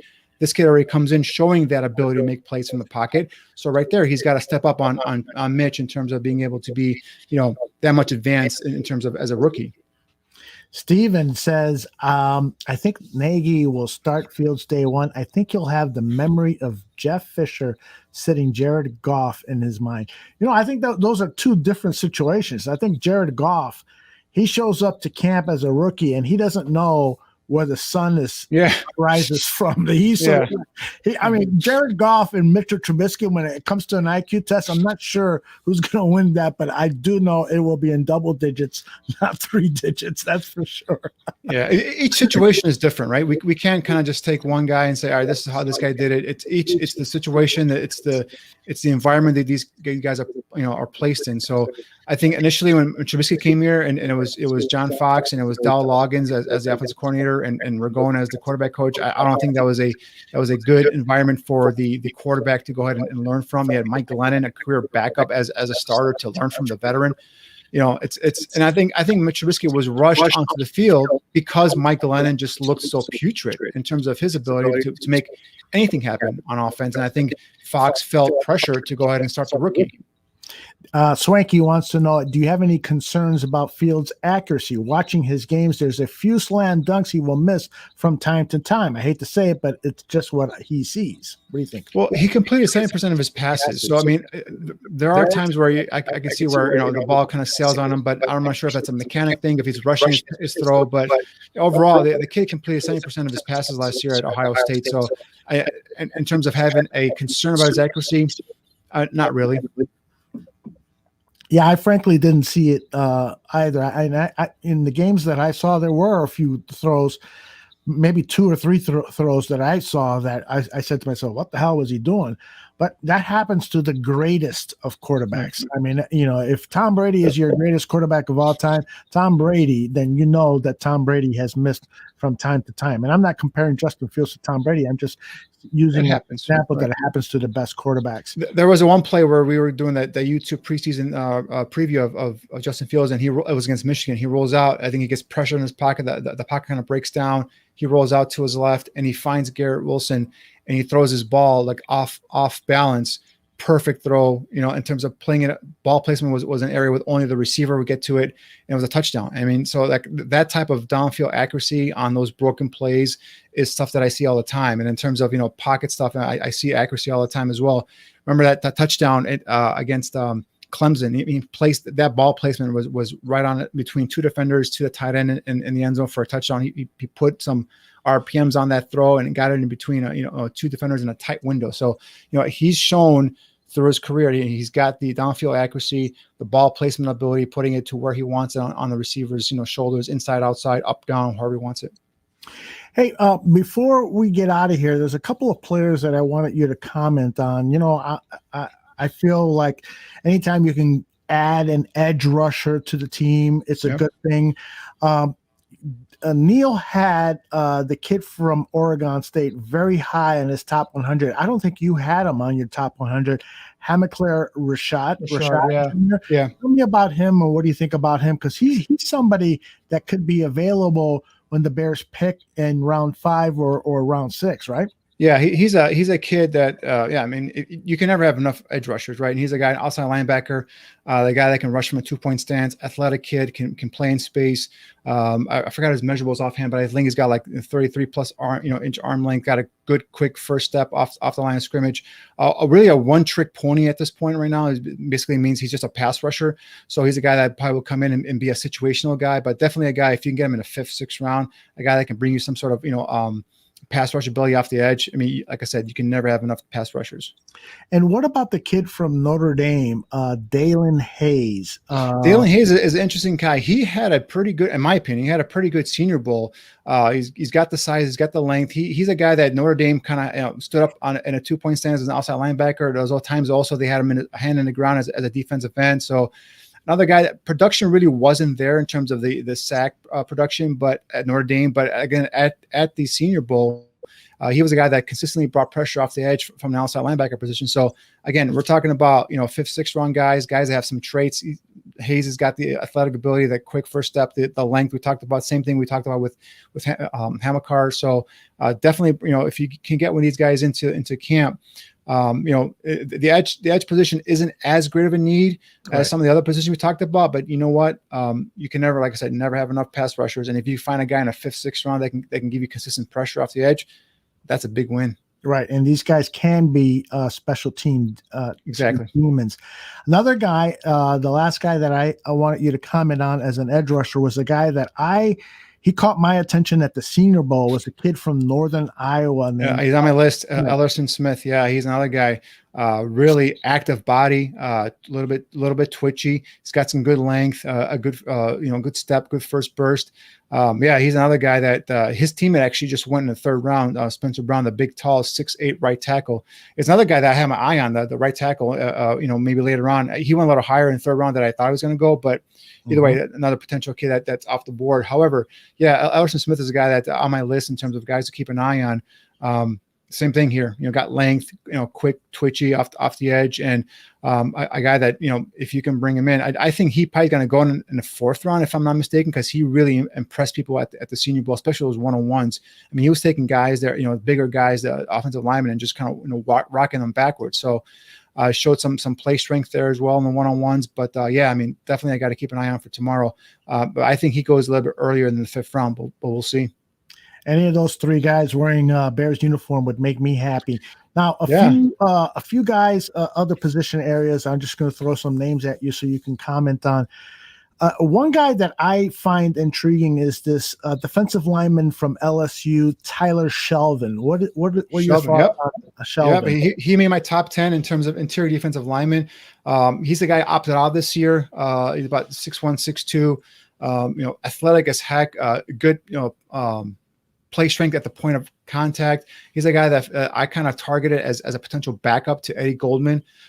Definitely a guy that intrigues me. There's a couple other guys that are on my list that I was looking at. Marvin Wilson is another guy from FSU. The guy that can come in and be a backup to Eddie Goldman, possibly even play some 5 technique in terms of spelling Akeem Hicks or Ball Nichols. So another kid, Marvin Wilson from FSU, is a guy to keep an eye on. But a Shelvin for a guy his size, he's about 300 plus pounds. It's got some twitch to him. He's got some movement ability. So that kind of surprised me. But definitely a guy that I would be very interested in. Especially when if he lasts like the 6th round pick, for example, a guy you can bring in for depth, and a guy that I think has the potential to be to come in and compete for some snaps. Mm-hmm. All right, and then we all know that the depth at the inside linebacker is a position, and in fact, Danny Trevathan's play has even made that whole position a concern. Is Danny going to show up in shape, which he didn't last year? It was obvious for those first half dozen games that Danny Trevathan was not himself. And I don't think it was because of age. I think it was because of his conditioning, because as the season went on, he started to play better. He wasn't playing Danny Trevathan football, but he was playing better. And I think so, but nonetheless, the player that I want you to comment on is the kid from Auburn, who I thought played really well at the Senior Bowl, KJ Britt. Yeah, KJ Britt, 6 feet, 235 pounds, ran a 4.7 640 with a 1.68 10-yard split. So he's a guy that brings that physical toughness in the middle of a defense. So he's a guy that he won't give you the athletic ability like a Roquan Smith or like a Danny Trevathan in terms of the ability to go sideline to sideline and drop back in coverage. But he's a guy that's going to be physical. His run fits are really like I said, physical at the point of attack. He's instinctive, comes downhill real quick, can diagnose and read post snap. But the thing he misses or he lacks is the athletic ability to be more of a sideline linebacker. So, but as a guy that can come in and give you some depth, that's definitely a guy you can look at in the 6th round. Another guy that possibly keep an eye on is Tony Fields. He's more of a tweener for me. He made my top 10, but he's a 6 foot, 222 pound athlete that just goes all over the field. You put on his tape and he's making plays sideline to sideline. But again, his size is a concern. Like I said, he's 222 at 6 feet tall. Some see him as a hybrid safety / linebacker. Some see him as just maybe a nickel linebacker, a guy that can come in on passing situations. But he's another guy to keep an eye on for tomorrow. He's still out there. He's still available. Some of the other guys I'm looking at my list here, Dylan Moses from Alabama is still out there, still available. I see him as a guy that potentially probably is better suited in a 4-3 system as an outside, weak side, will side linebacker, as opposed to an inside middle linebacker. He's a guy that obviously was coming off a torn ACL last year, just didn't look right this year at Alabama. Just looked like he wasn't himself. Didn't have that burst, the ability to come downhill quickly, be able to drop back in coverage. And later on at his pro day, at Alabama's pro day, he revealed that he played the entire season with a torn meniscus. Didn't know it was a torn meniscus. He just was pain. He just played through it. And when he was told to come out and opt out, he said, I don't want to put my team in that situation. So, that gets a lot of scouts like that, see that, that toughness, that competitive toughness, that ability to go ahead and play through pain and put team before yourself. So, but he didn't do himself, any favors in terms of playing with that injury. So he's dropped now. So he might be in the 4th, 5th round range. But again, he's a middle linebacker in Nick Saban's system, but I think he might be best suited on the outside. But you know what? If you want to bring him in and try him at a middle linebacker, I would have no problem with that, because I'm saying that depth at the middle linebacker or inside linebacker is something that concerns me. And I think something that God forbid one of these starters goes down, I don't know how they're going to compete there. Jabril Cox is another guy from LSU. Inside linebacker that's available. He's more of an opposite, right? He's more of an opposite of KJ Britt. He's a guy that's athletic, a guy that's best known for his coverage ability. But he's a guy that also is a guy that can cover tight ends down the seam, can cover running backs out of the backfield. His ability is his deficiency, I should say, is playing the run, being able to stack and shed the point of contact and getting to the ball carrier. So that's something where he probably has to get better in terms of his technique, add some pounds and be able to hold up in the inside. But that's another athletic kid that is out there and available right now. I know Neil brought up Jacoby Stevenson from LSU. He played safety. But he's got the body type where he's another kind of like Tony Fields, where he's a tweener type, but you can probably bring him down and play him some middle linebacker as well. So there's another interesting name for you as well. If he's still out there right now, that's a kid that makes plays at LSU, but just, the NFL doesn't know what to do with them in terms of where to position him. So that's probably why he's dropping into day 3. You can get great draft analysis in a lot of different places. There's a lot of good people out there, but very few people do it as well as Danny Shimon, and doing it from the eyes of Bears fans and Bears perspective. Brett Kimball says, I think we need another tackle. Leno's a dumpster, and we will get our quarterback and running back killed. I agree. I agree. I got a 2-part question for you, Danny. Yep. The first part is, have you seen any tape on this? Well, 2 guys that I want to talk about, offensive tackles. I know you've seen tape of the kid from Northern Iowa, Spencer Brown. Tell us about that. He's already gone. Oh my gosh, I didn't realize that. Yeah, he got drafted. Yep. He's a physical specimen. This guy is the Hulk of offensive linemen out there, right? Yep. Yeah, he's but this thing was 6'8". I'm trying to look up. Yeah, 6'8". 311 pounds, really raw, 34 plus inch arm length, 10 and a quarter hands. This guy really is a guy that played right tackle, has the athletic ability, the build of a left tackle, but I think they're going to start him off at right tackle. I forgot which team drafted him, but he went in the bottom half of the 3rd round. Wow. He's a guy that I really was hoping that they probably can kind of target. But if you want to look at another tackle in terms of left tackle, Alaric Jackson from Iowa is still out there. He's a guy I was high on coming into the season. Didn't play his best football this year, but he's about 6'5", 321, 33 and 7/8 arm length. He's a guy that might be a best suit at right tackle, but I wouldn't mind giving him a shot at left tackle. Dan Moore from Texas A&M, 6'5", 311, is out there at 34 plus inch arm length. He's a left tackle. I'm trying to see who else could be available here. Let me give you another name, Dan. Sure. Because when I saw this guy's arms, I said, holy cow. Larnell Coleman from Massachusetts has 35.5-inch long arms. That's the longest arms of any offensive tackle, with the exception of Greg Island from Mississippi State, who has 36.5 inches, but that guy is a priority free agent. Right. Coleman from Massachusetts is projected as a 6th-round pick. What do you know about Coleman? Yeah, I haven't seen him yet, but I know he's a big man at 6'6", 307, 35, like I said, 35.5-inch arm length.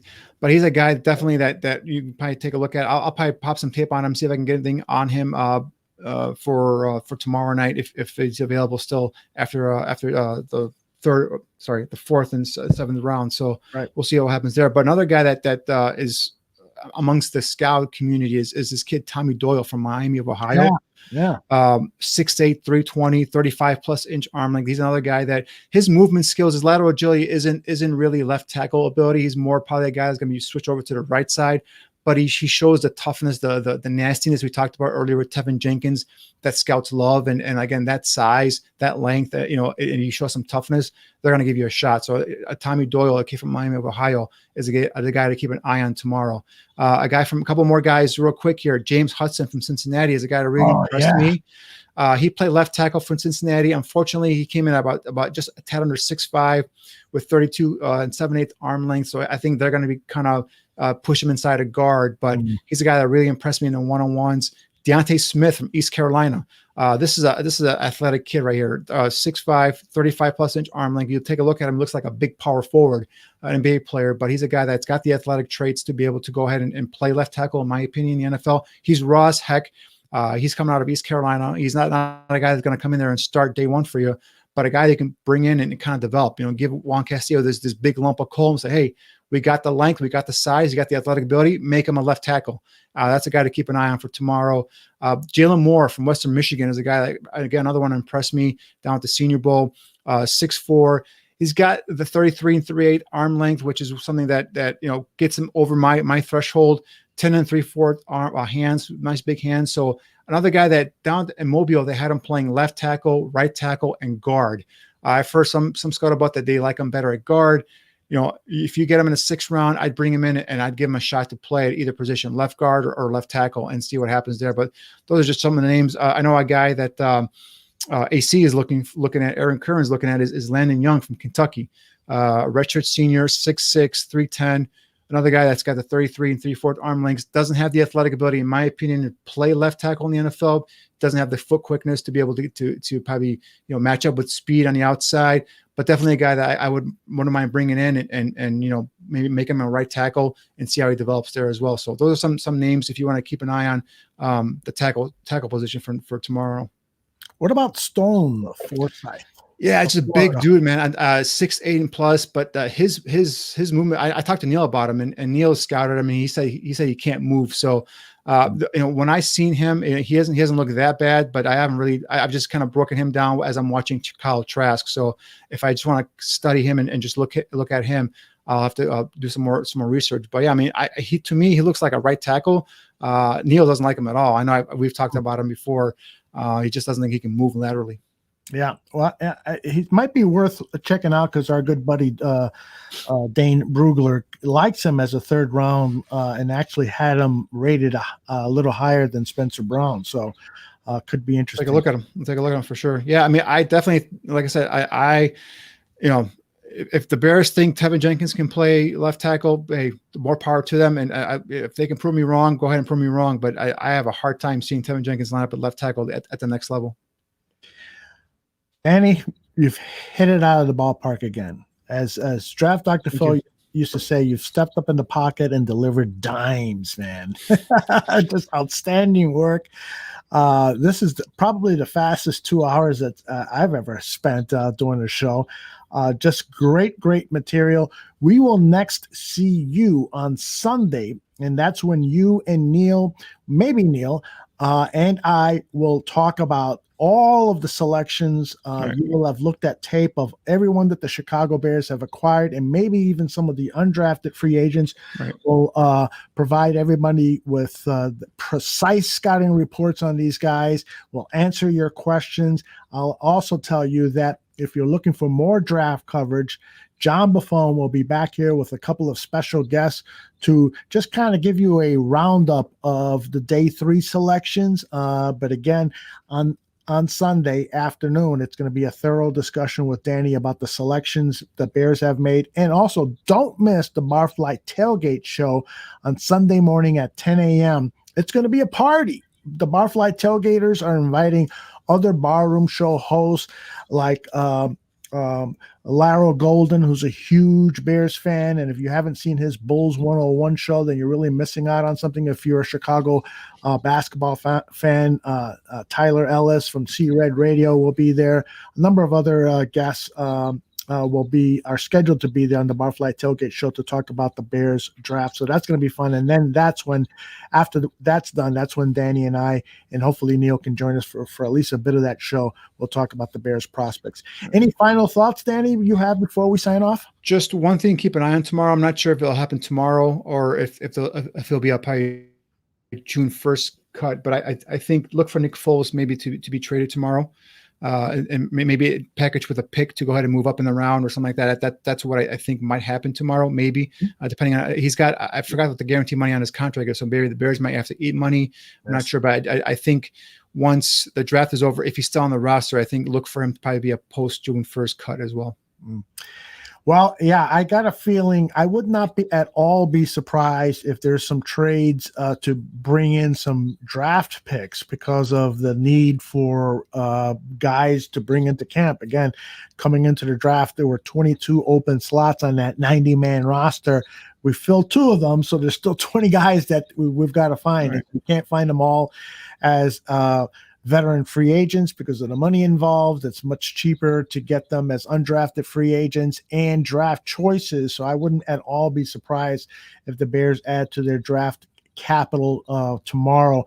Now, again, that's the whole thing, Danny. We've talked about this on previous shows, is you start to get into kind of a black hole in day 3 because a lot of these guys have not been scouted as thoroughly as they've been scouted in previous years because of what happened with the pandemic. What's your concern level with the prospects for day 3?